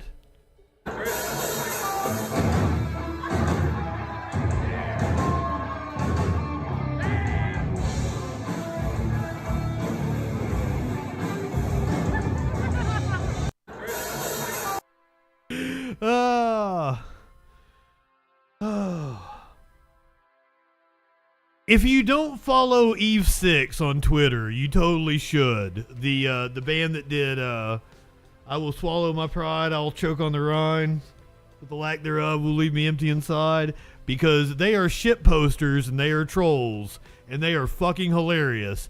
And I'm pretty sure they troll Trapped quite often.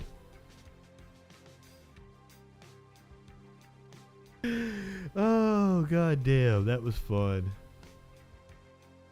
Okay, this is the part of the show. This is the part of the show I'm so ready for. This is what I've been waiting for. I have gotten my hands. Hold on. Let me refill my tea here real fast. It's right here.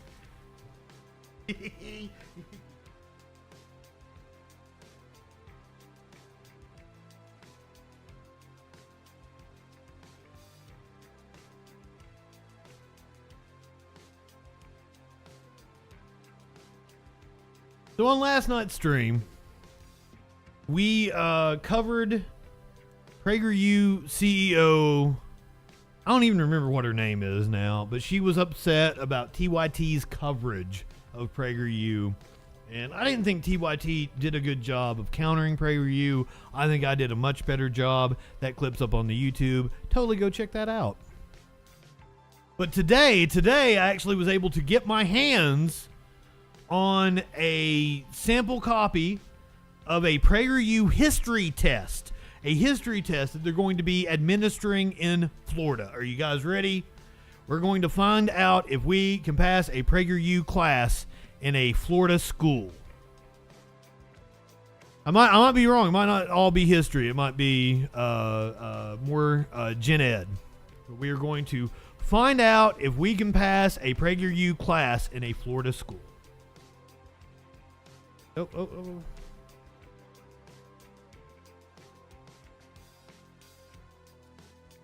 Can you pass a... I fucked this up already. God damn it. Hold on. Okay, I was kind of a pre-watch Andy on this one because I didn't think it would make a good bit until I started reading it. So I got to like the second question. I'm like, no, we're gonna do this on stream. But I do suck. But the rest of the test I have not taken. It's gonna be but like I'm gonna cut this for YouTube. And like nobody else is going to know that I've already seen the second question. I'm going to try to recreate my reaction last night when I saw the second question. So for all intents and purposes, I have not seen this yet. All right.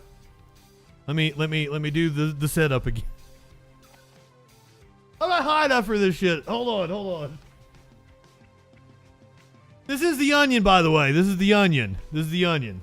No, seriously, I only read to the second question. I fucking died laughing. I'm like, we're doing this on the stream tomorrow. So we'll see what happens after the second question.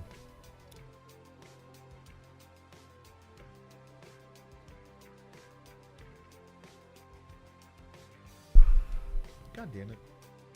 Yeah, I'm out of bud, but I've still got my resin from my concentrate I've been smoking, so I'm still high as fuck.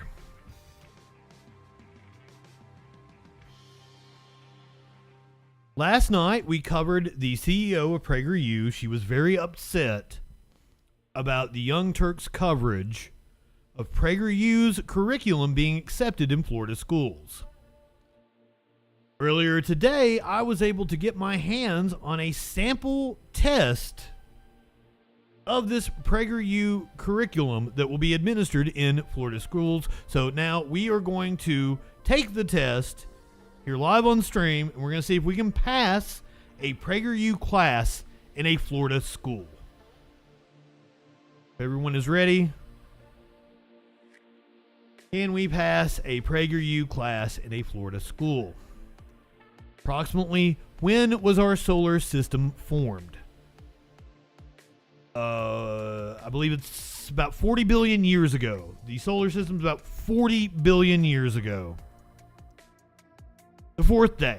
Fuck. Got it wrong. God damn it. One down. The cruel network of transportation that ripped black people from their homelands was called... I don't know exactly the phrase they're looking for. It could be the mid-Atlantic slave trade. It could be chattel slavery. The Underground Railroad.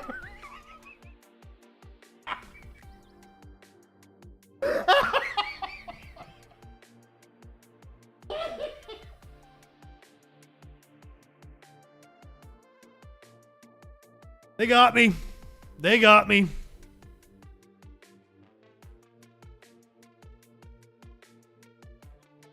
What is the capital of California?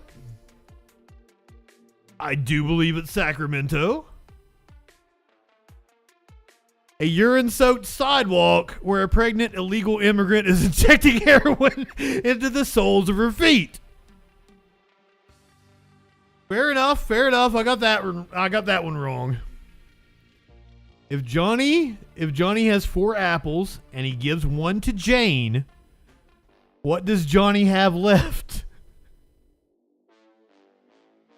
3 apples? Legal repercussions for communist activity. Oh, fuck. Yep, communism. PP girl. You got it right. What did the Civil Rights Act accomplish? the Civil Rights Act accomplished? That the... I don't, because like the Voting Rights Act was separate. What did the Civil Rights Act do? Was that the barring of segregation? I would have to like actually go back and look and see exactly what the Civil Rights Act did. Nothing. We can't undo without a few wire transfers to Clarence Thomas. Oh! We are reading from The Onion. What preacher is considered the greatest civil rights champion of the last 100 years? Martin Luther King Jr.? Adam Carolla did fantastic work with the gals on the trampoline. How many people died in the Challenger explosion? I was a kid then. Was it a crew of 4, 5? 5 plus 2 women. Oh!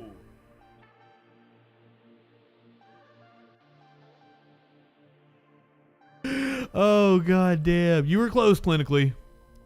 What is a man? Someone with predominantly masculine traits. Man is someone who is assigned respect at birth. Ooh. Indeed, indeed. According to U.S. constitutional law, what is the separation of church and state? That Congress shall make no law respecting the establishment or free exercise thereof of religion. More of a suggestion than a hard and fast rule.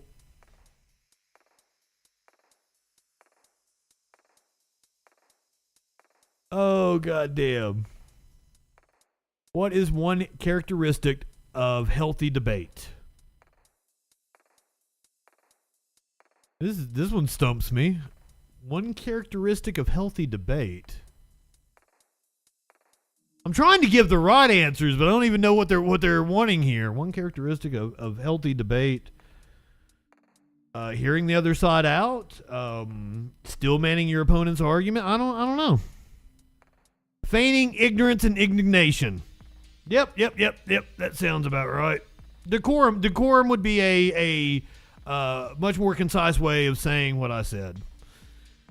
Who shot Abraham Lincoln? John Wilkes Booth? Hillary Clinton? Old Hurricane Hill Dog up in here. That makes sense. But Hillary didn't actually shoot Lincoln. She just had him kill himself. How has racism affected the United States? Detrimentally? Systematic discrimination has put serious roadblocks in place that protected the natural hierarchy of the races from being torn down by hateful progressives.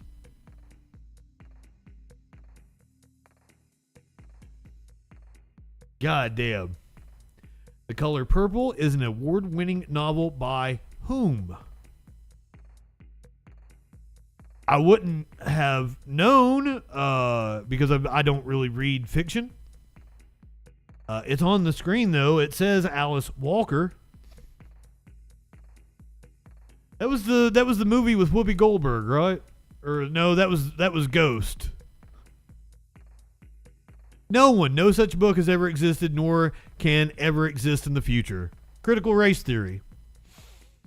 John plans to leave his house at 10:15 and travel at 50 miles per hour. Jane plans to leave her house at 9:30 and travel 60 miles per hour. Who travels further in 2 hours? I am horrible at math. You take your 33 and a third chance minus my 25% chance, and you got an 8 Wait a minute. chance of winning. Wait a minute. Who travels further in 2 hours? That would be the person traveling at 60 miles per hour. That would be Jane. John. Jane cannot leave her house without a chaperone.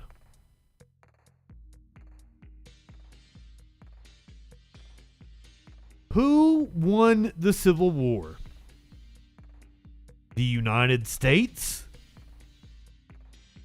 The South beat the North 42-36.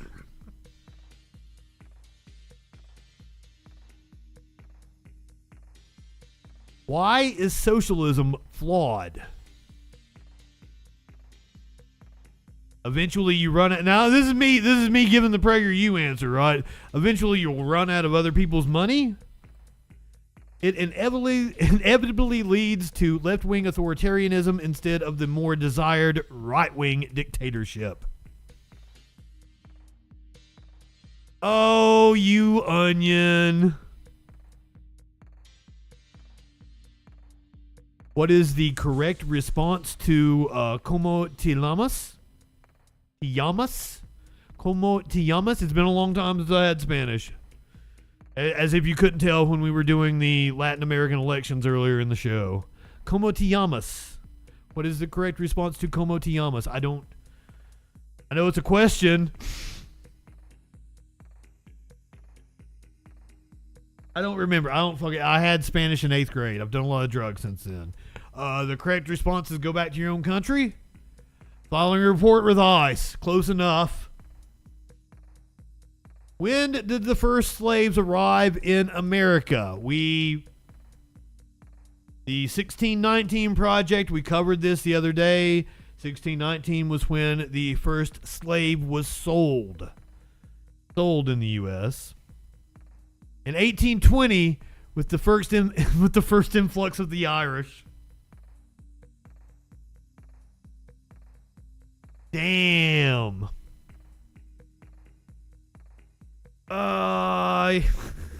We got to the end of it. Could we pass a history class in Ron DeSantis' Florida? Let's go ahead and do this one real fast. What was the Civil War fought over? States' rights. The North attempting to turn the South trans. Oh. What does the term segregation mean? Separate but equal. Doing what's right in the face of adversity. What are the two sexes? Republicans and commies? Male and alpha male.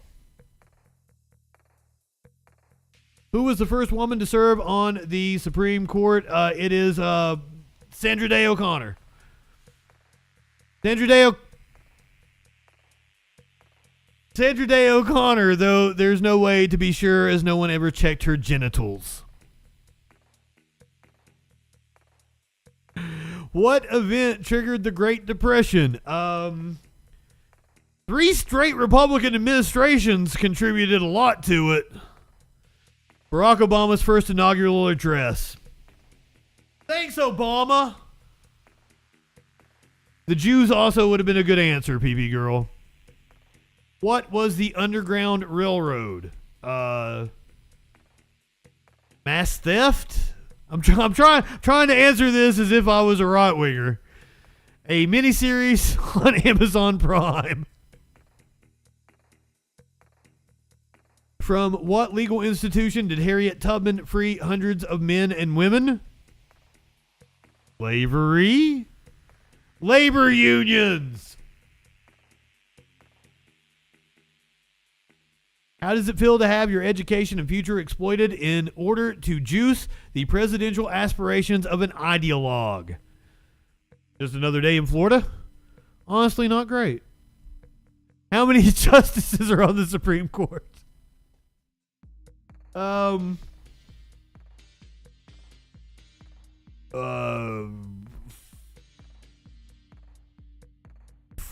and 5 potatoes? 5 cucks and 4 minority hires. Oh!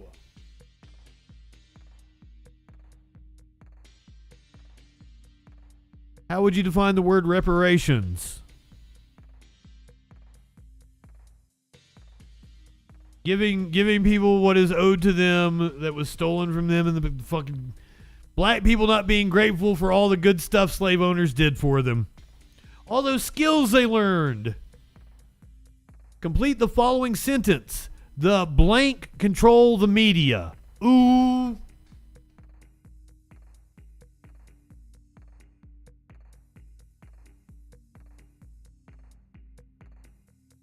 Acceptable answers include Jews, Soros family, Jewish cabal, you know what's.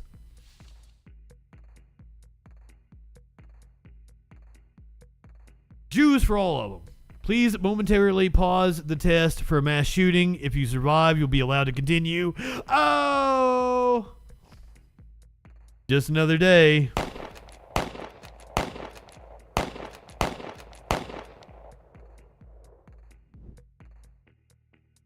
Question. African Americans. Answer. CRT. No! What is the state bird of Florida? The heterosexual win.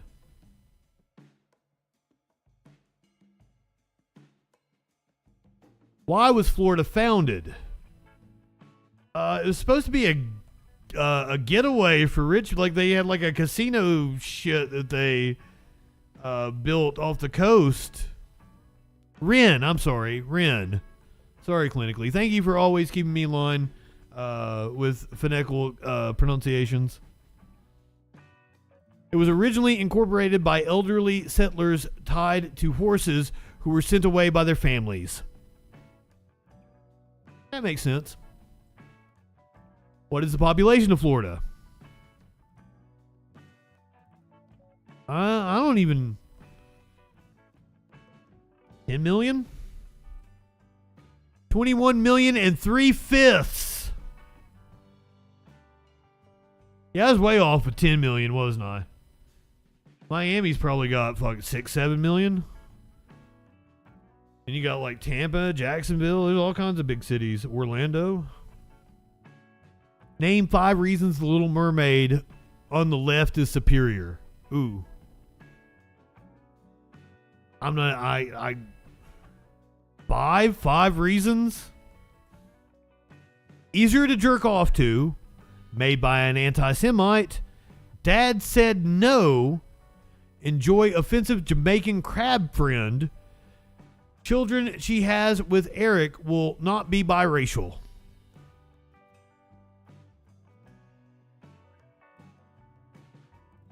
Ow. Yes, I do prefer hand-drawn. Question, Ronald Reagan.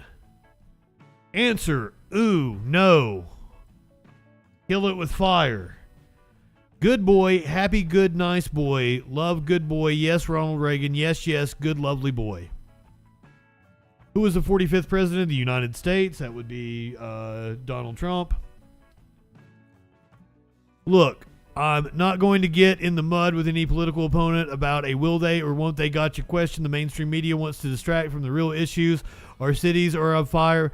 Wait a minute. Fucking 45 is Biden. I'm sorry. The mainstream media wants to distract from the real issues. Our cities are. That makes the fucking question or the answer make a lot more sense. Enough is enough. Let's make a government that works for us rather than just the coastal elites. Isn't it crazy and a national disgrace what these wokeists are doing to our country? Seriously, can we not even form a nuclear family anymore without some pinko college professor trying to... This bitch went on way too long. I shouldn't have done the second part. I shouldn't have done the DeSantis quiz. God damn! The school shooting bit was pretty funny, though. I'll give it that.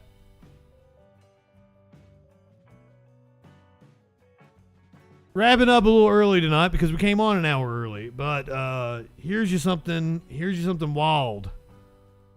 Here's the rarest giraffe on Earth. World's only spotless giraffe born at Bright's Zoo. The public has been asked to help name her.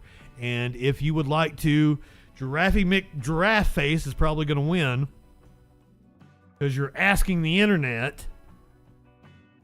If you would like to participate, I have dropped the link in the chat.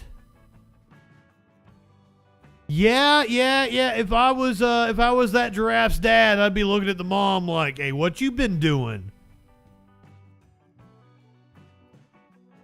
Have to call it Spot.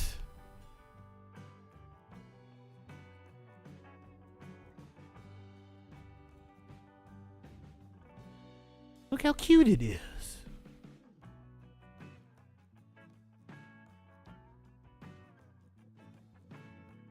So the giraffe was born without spots on July 31st, is the only one of her kind on Earth. The zoo is asking the public to help name her. Giraffe experts believe she is the only solid-colored reticulated giraffe living anywhere on the planet. The baby is now available for viewing at the zoo. She is already 6 feet tall and is thriving under the care of her mother and zoo staff. So, adorable. Go ahead, light one up, tip one back. It's all right to have a little fun before you hit the sack. I'm JustinFREAKIN. We will see you tomorrow night on the Troll Patrol.